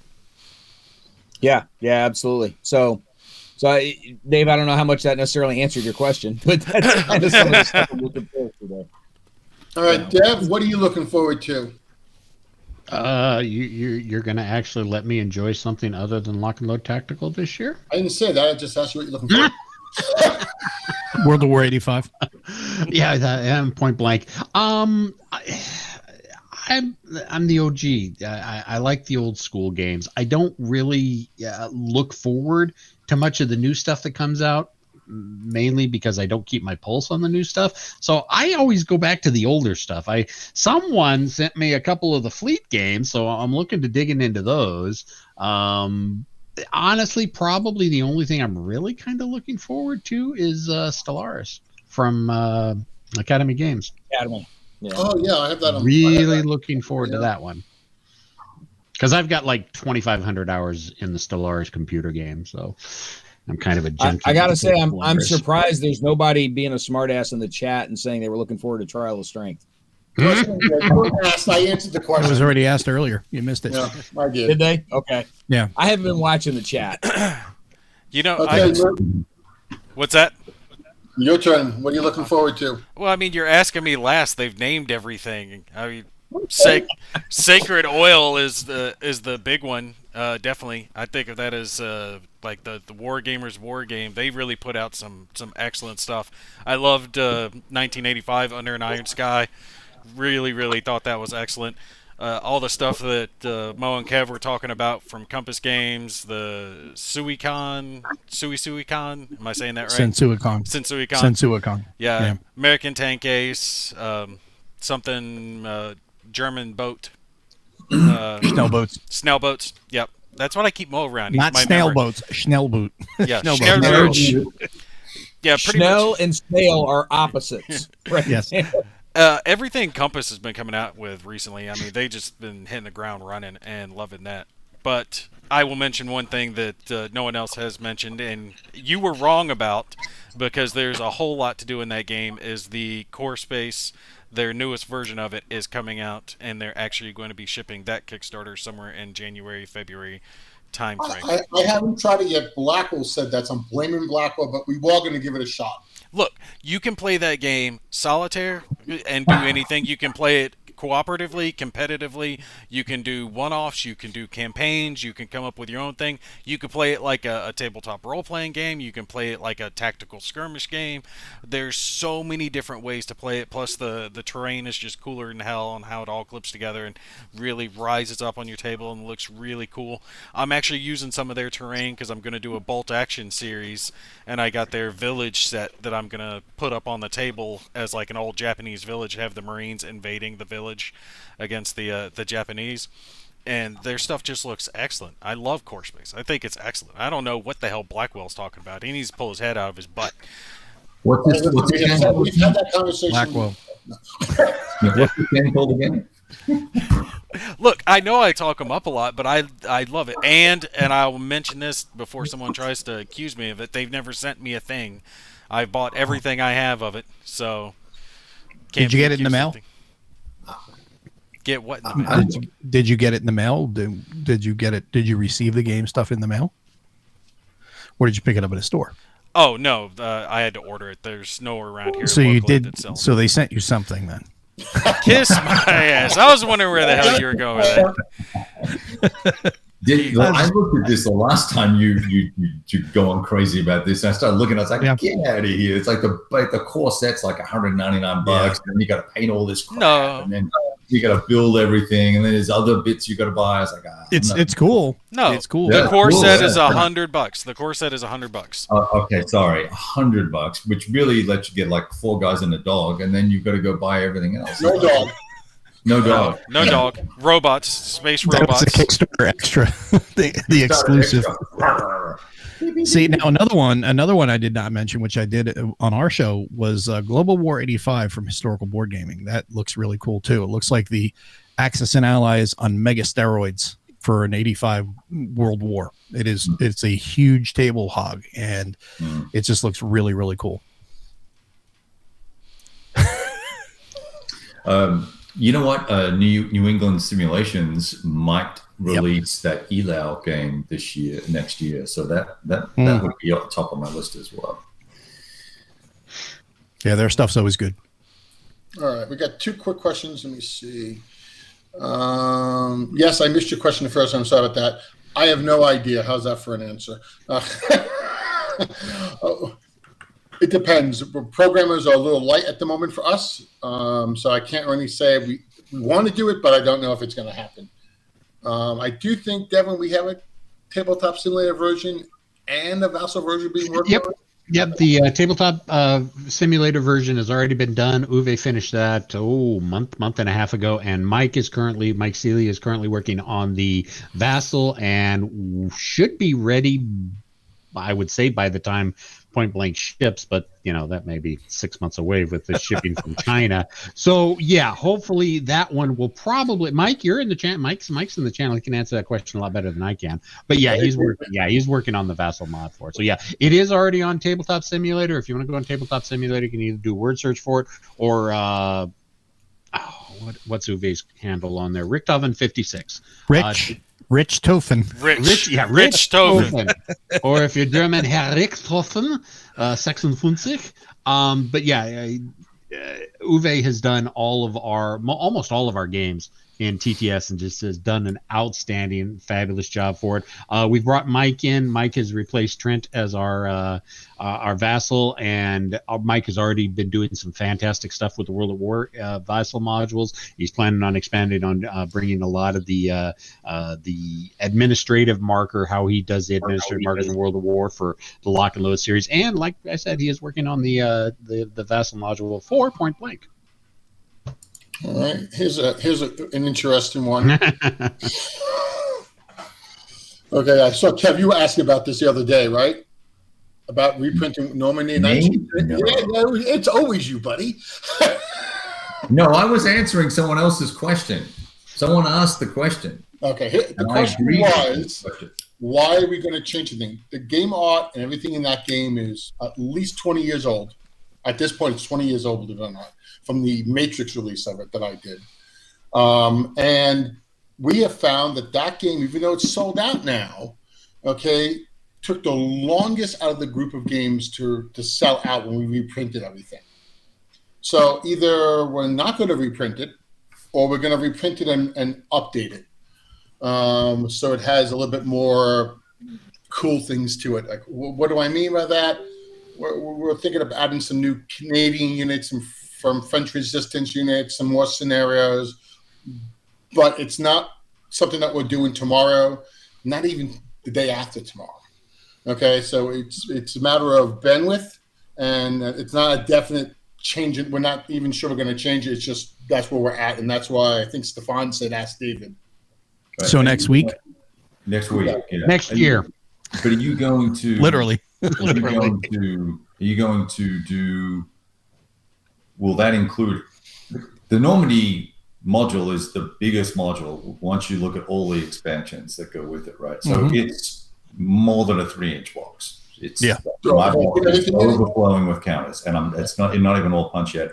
And I don't even play Normandy that much, but every time I do, I find another really, really cool scenario, and I just think it's critical to have core systems available so that you can sell all the other modules. I look at it from that perspective, number one. And number two, redoing the artwork, no one gave any attention to the Anzacs in Forgotten Heroes. You guys printed those. That's why they're called Forgotten Heroes. Yeah, but I mean, you guys printed those. You didn't print. You just redid those. They were Scooby's. But remember, I only owned the company for a few weeks at best when that was dude. Okay, you're on the program, boy. Let's go. And I'm going to say that when I did bring the conversation up to a certain person, okay, it was basically told it was good enough. And at the time, since I was still trying to get my hand grips on everything, I didn't debate it. But if I had a reprint, if I went to reprint, let's just say Heroes of the Nam and the Aussies, I would redo all the artwork on that too. Actually, I would actually buy that because the counter art sucks on that. I agree. So, the counter art isn't that bad. I mean, it's pretty bad. Counter art, Scooby's counter art on those counters is terrible. It was done by a guy in Brazil who refused to ever work on the game after that ever again. I don't know why. It was too much work, not enough money, personalities. I think Multi-Man got him locked up. No, he's that's is that a different guy? That's a Scooby. That's a Scooby, isn't it? Yeah, that's a Scooby. Yeah, he's not the guy in Brazil. No, I thought he did that. Brazil. No, he's in Spain or Portugal. Spain. Yeah, he's in Spain. Oh, that's Spanish dude. Oh, I talk to him all the time, and him and I had our sons like a week apart, so we've always chatted since that. Okay, well, that's cool. Well, whoever did the artwork, it sucked. Scooby's in Spain. He's the guy that was doing a ton of different art for folks, but Multi-Man locked him up right before they got the Panzer Grenadier stuff cranking up. I don't know that it was because of Panzer Grenadier, but it was around that same time that they kind of locked him up to some exclusivity. And the thing that really messed with a lot of people's heads is word got out that Multi-Man had locked this guy down, but then all of a sudden the Warstorm series games are showing up with his artwork and they weren't coming out through Multi-Man. They're like, what the hell? But that's because people weren't paying attention to the fact that he designed those games in addition to being the graphics guy on them. So he was a co-designer on the Warstorm series. Yeah. And so it was weird because everybody's saying, well, he's exclusive to MMP. How is he doing this other thing? Well, he owns that damn company, So I think from what I understand, he's not allowed to do other tactical games, but he's allowed to do other. Yeah, whatever that's what the Warstorm series is. Basically, yeah, there were some restrictions, but basically the Warstorm series was kind of carved out from those restrictions because he owned the company. It's his, and he was the design. Now, the Warstorm series is now available from a different publisher. They basically farmed out all the production to somebody else. Right. I think it's Draco Ideas is handling it now. Yeah. But they he had originally done the original art, and I think Compass was publishing the Warstorm series at one point. They did one of them. They did the last two, I think. Yeah. As to Hell or whatever it was. Yeah, the Warstorm series has bounced through several different publishers. Right now, Draco Ideas has it. A Scooby does good artwork. It's very clearly his specific style. I mean, there's not a lot of question that it's his. Either you like it or you don't. So I think he did some of the TCS games, and they look great. But I just really not a big fan of the Anzac Attack ones, particularly when they're sitting on the map next to the other. Yeah, he did the. I know he did Normandy because that's him. Him and I became friends. Was on doing what was it called? That was the original Band of Heroes ones. Yeah. So that was the first lock and load game I ever got. That was back when you were still running Matrix. Right, and then the only one before that was Forgotten Heroes and Anzac Attack, and when we redid the games, like I said, that was already in the production pool, so I would have to stop everything and redo everything. And at the time, I did not want to take that on. But outside of that, that's pretty much the reason why. And the other game I would redo the artwork to, some of it was redone too, was Day of Heroes.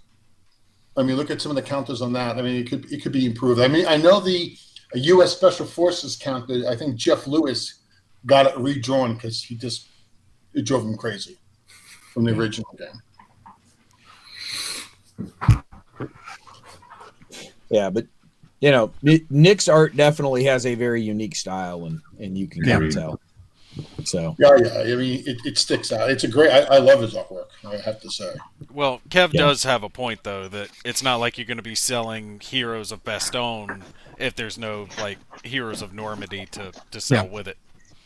Well, I agree, and that's why we took. If you look at what we did when we made all of our 3-inch boxes, we took all the expansions and we put them all in them. Gave all the extra pieces that were all over the place. Normandy. The expansions that now causing that problem is because we made expansions to Normandy after we printed all those games. Right. Yeah. Yep. And so I don't know what we're going to do. And honestly, I haven't upgrade kit. But upgrade kit. You have a separate 3-inch box for all the expansions. We talked about upgrade kit for that, where we put all the counters in the game, all the counters, and the new scenarios. We talked about that too. There's too much on our plate. Right. And there's not, and we don't have. Well, don't redo the artwork. I mean, and then you could do a run, and then you don't have to create anything new. Just do a run. The problem is the run would be so small, based on how it's been trickling the sales. I don't see the value of it. Marketing. You need marketing. You need to. Other than getting a pole dancer in here. Okay, I don't know what else. Look, I'm not saying a pole dancer would help, but it certainly wouldn't hurt. It depends who's on the pole. That's fun. Yeah, I was going to say, it depends on the pole dancer. We do not need to see Blackwell on the pole. What are we gonna do? Have a Heroes of the Bada Bing? I mean, I'm just trying to imagine Devin wearing a hat and a thong on a pole. Oh God! I just got a mental image, man. Speedo, not a thong, a Speedo. Oh, Speedo, even better. A singlet. You can borrow mine. You can borrow my Speedo. That is the lock and load. Oh boy, that's the lock and load calendar. That's different. I thought you were trying to stay in business. If it'll make more sales, I'll get up on a pole. I don't care. Dave, I thought you were trying to stay in business. No, we care. Yeah. We'll pay you not to. Hey, whatever works. I will say this: we have gotten more lock and load games sold than ever before, thanks to the starter kit and the new rules. I mean, that really made a difference for people being able to get in the system. The problem is there's that game, Heroes of Normandy, has been reprinted. I mean, when I sold the game to the original designer to make lock and load, I own Matrix. I own the rights to that. I gave it back to him. Okay. That's been reprinted, I don't know, it's got to be at least 5 times, maybe even 6 times at this point. So it's the game with the most copies out there because of all the reprints over time. And that's including, the Band and Brothers, of course, in there. So Heroes of the Pacific doesn't have that many copies out there. Heroes of North Africa doesn't, and it sells a hell of a lot faster. I think a lot of people already have Normandy, and a lot of the new guys jumping in, they are the ones kind of having a problem getting Normandy, but they also have so many more games to pick from. They got Africa and they got Falklands, and so it's not as painful, let's say, back in the day when all you had was Denham and Normandy, and that was it. Well, that was my problem when I first got into wargaming. I wanted to buy Heroes of Normandy, and this is right about the time I think you were buying the company, because this was like 6, 7, 8 years ago, whatever. And I could not find a copy of it anywhere. I ended up buying some other war games to get started in the hobby, but there were no Heroes of Normandy to find. And then it was right after that we got to know each other, and you're like, oh, here, I'll just send you one. I'm like, well, shit, that worked. This is great. I didn't send you one. We exchanged heavy cash. No. Yeah.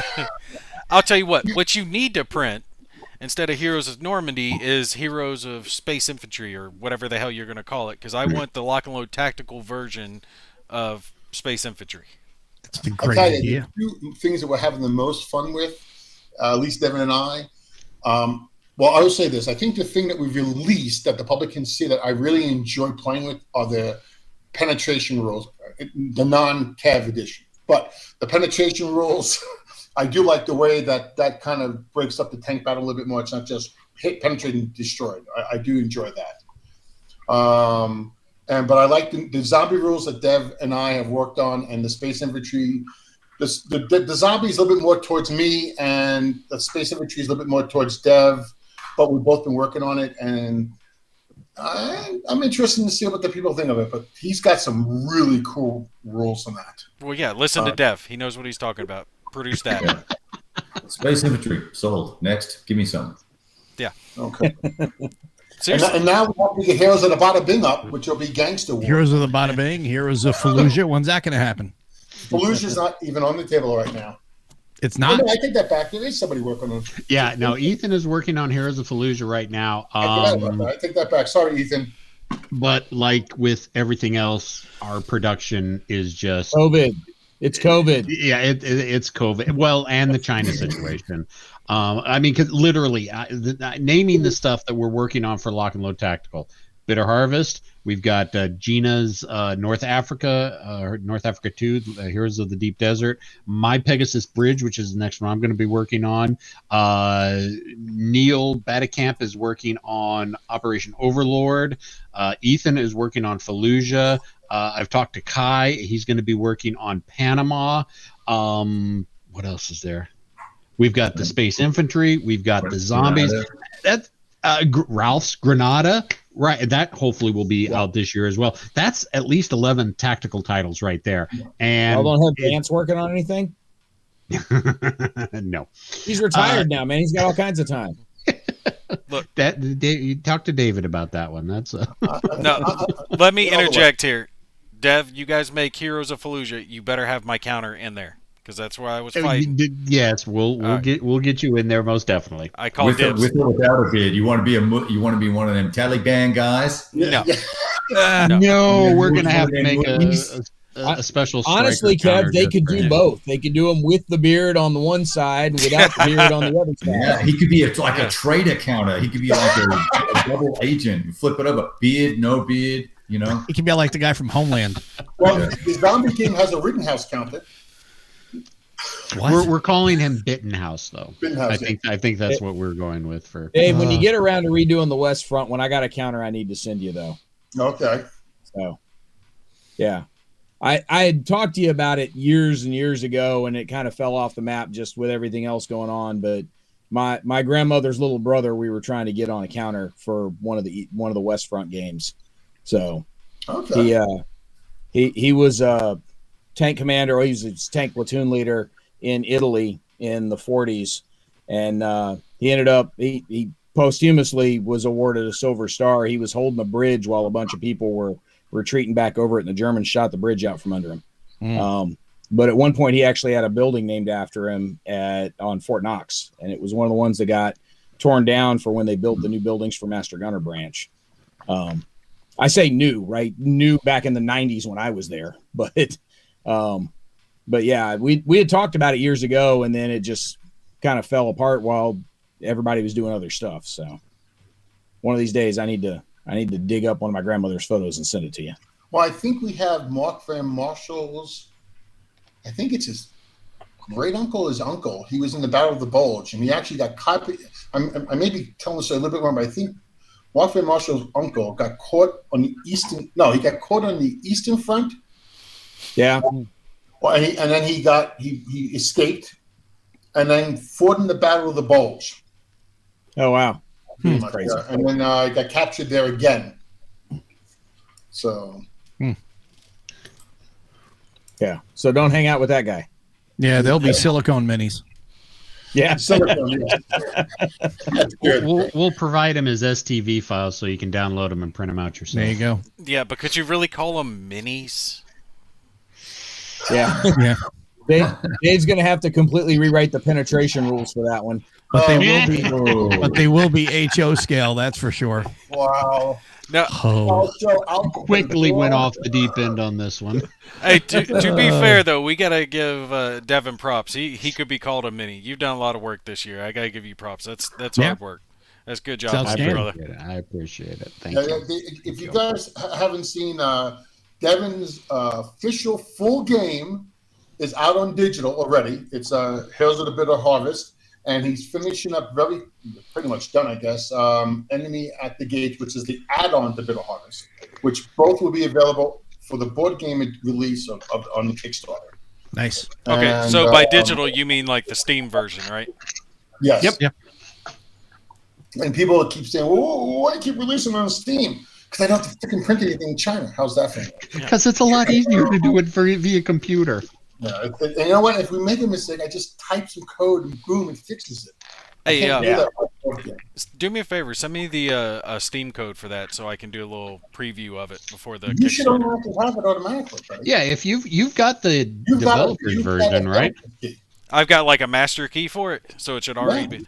Yeah, if it's up there already, and I think it is, the zombie and the space infantry should be floating around on there too. Oh shit! Hey, I gotta go. What? I'll see you.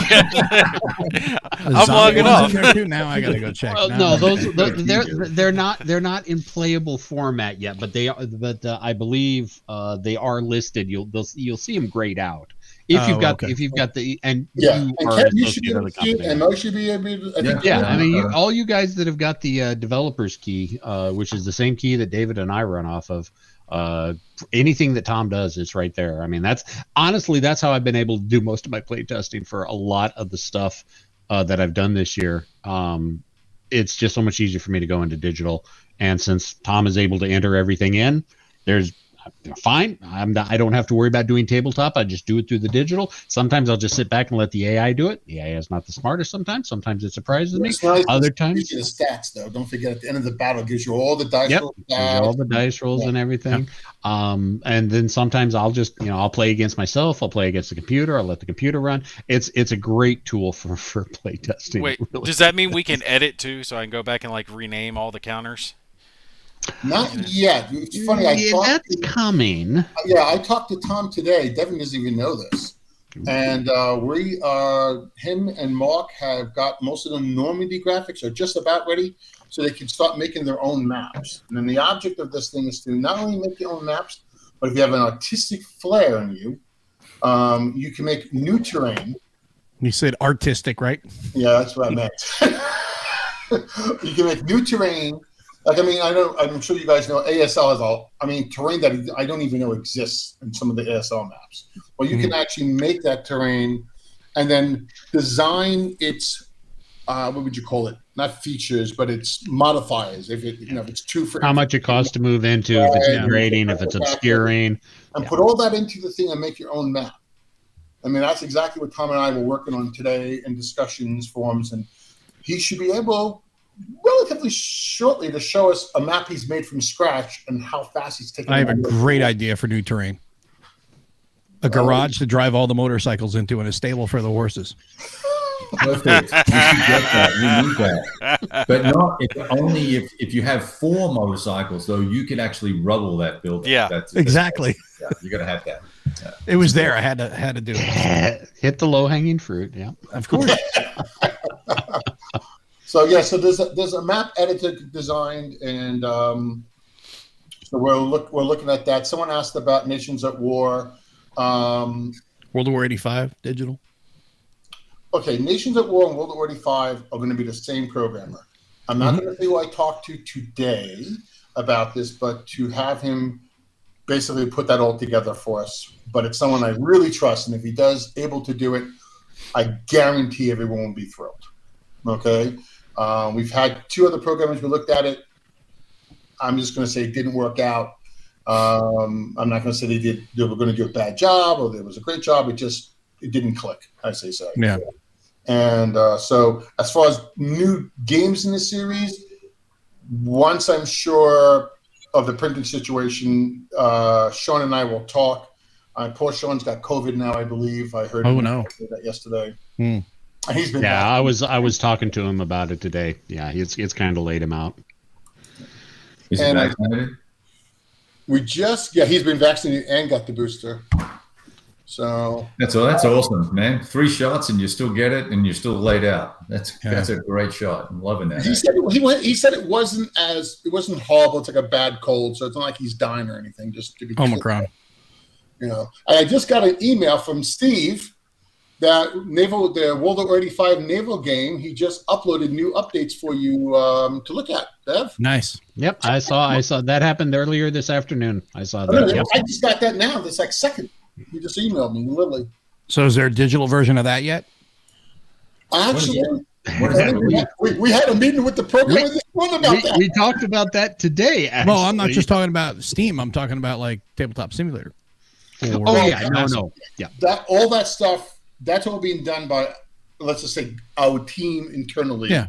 With Mike and me and Uwe. So that should definitely not be a problem. Pretty much you can guarantee that any title that we do going forward is going to have a Vassal and TTS component to go along with it. That's this kind of a business practice that we're going to have going forward for all of our mainline games, not stuff like the stuff that we put out with War Diary.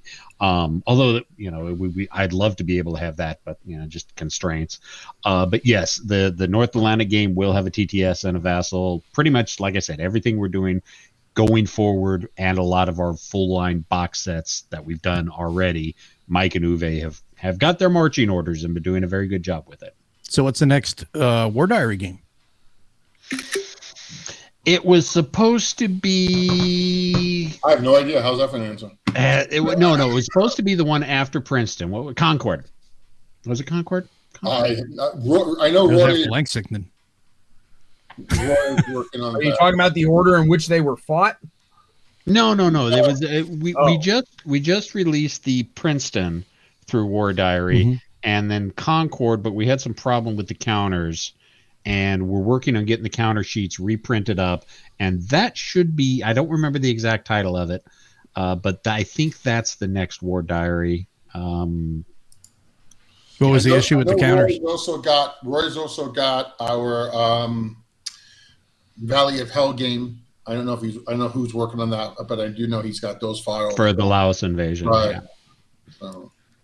It's just a couple of counters got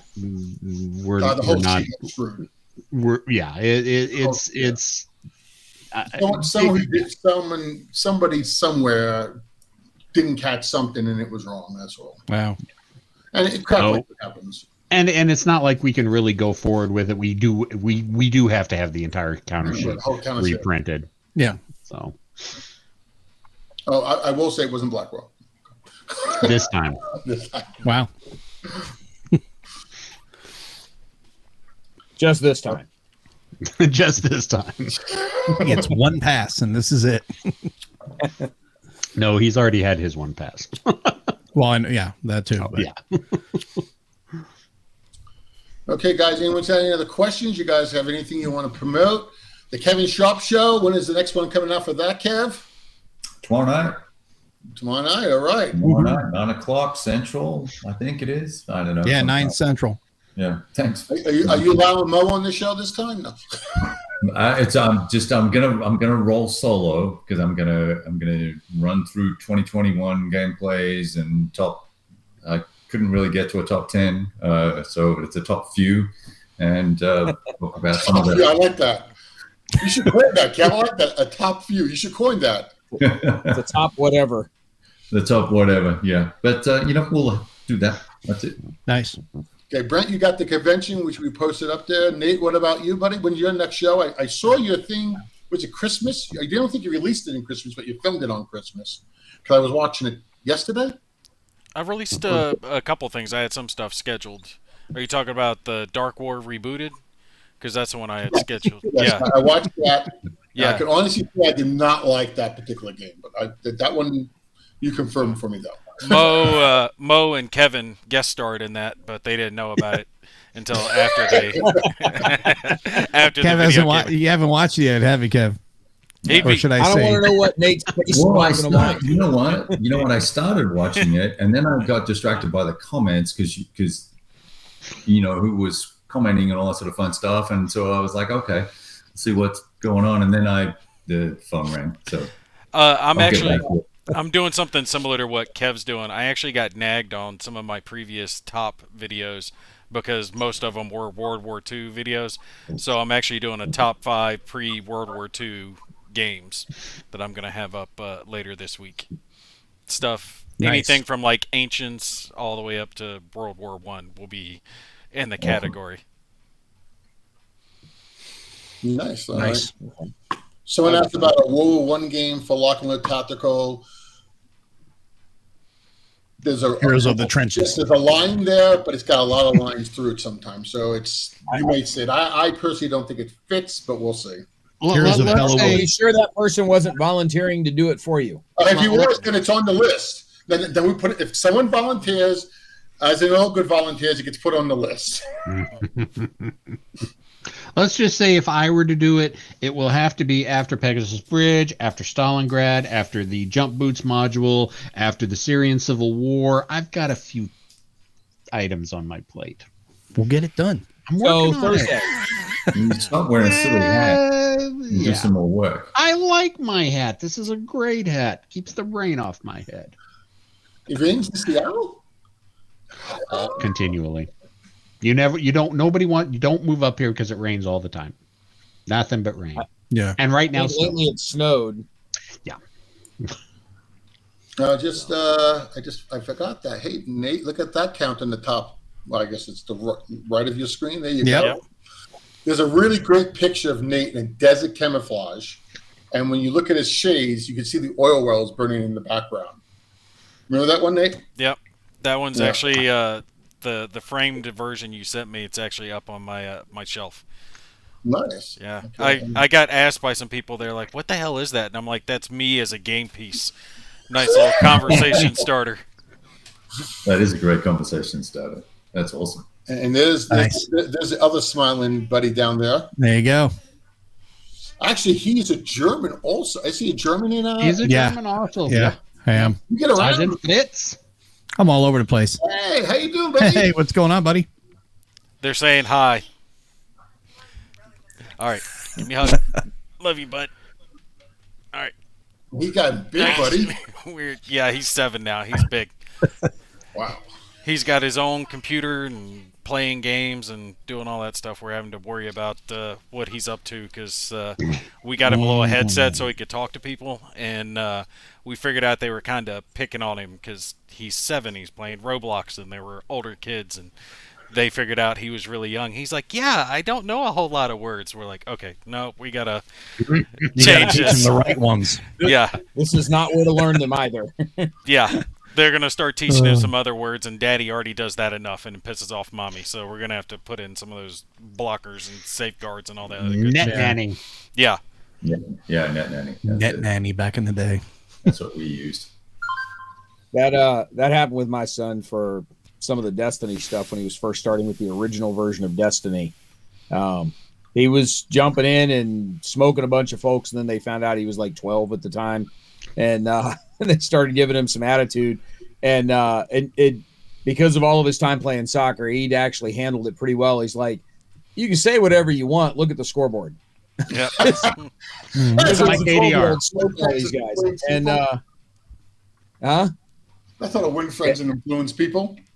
yeah, he was just plowing through folks, and nowadays he's doing it to them on FIFA more than anything because Dave knows this. I'm not sure how many of the rest of y'all do. My son's actually going to college on a partial esports scholarship, so it's worked out for him. That's No pretty kid. cool. They've Awesome. got esports scholarships now. No shit. Yes, they It's do. big business. It's not a full ride. It's a partial, but it every bit helps when it's a Every private bit school, helps. so. That's Yeah. right. No, more power to him. Good job. It's not exactly an Yeah, easy thing to so get he, into. No, he was their first FIFA player. Just brag on the kid here for a second. His first national tournament, he finished third. So Nice. yeah, so he's doing He well worked, with he it. worked the Lock and Load booth a few times for me. I remember that. He did He great. did. job. He did. Dave put him to work a couple of Origins in a row there for a bit. So Nice. he was working the booth there. That's why he decided he needed an education. he was a booth minion for Dave for a few years. So Hey, Kurt, how you doing, buddy? I've called you, so Tag was your it, buddy. It's on you now. all right. Hey guys, I need to unplug and head back inside. The wife's hollering at me. So All right, I need to guys. go. Well, I guess we're going to say tonight. I just want to wish everyone a safe and happy New Year. Mhm.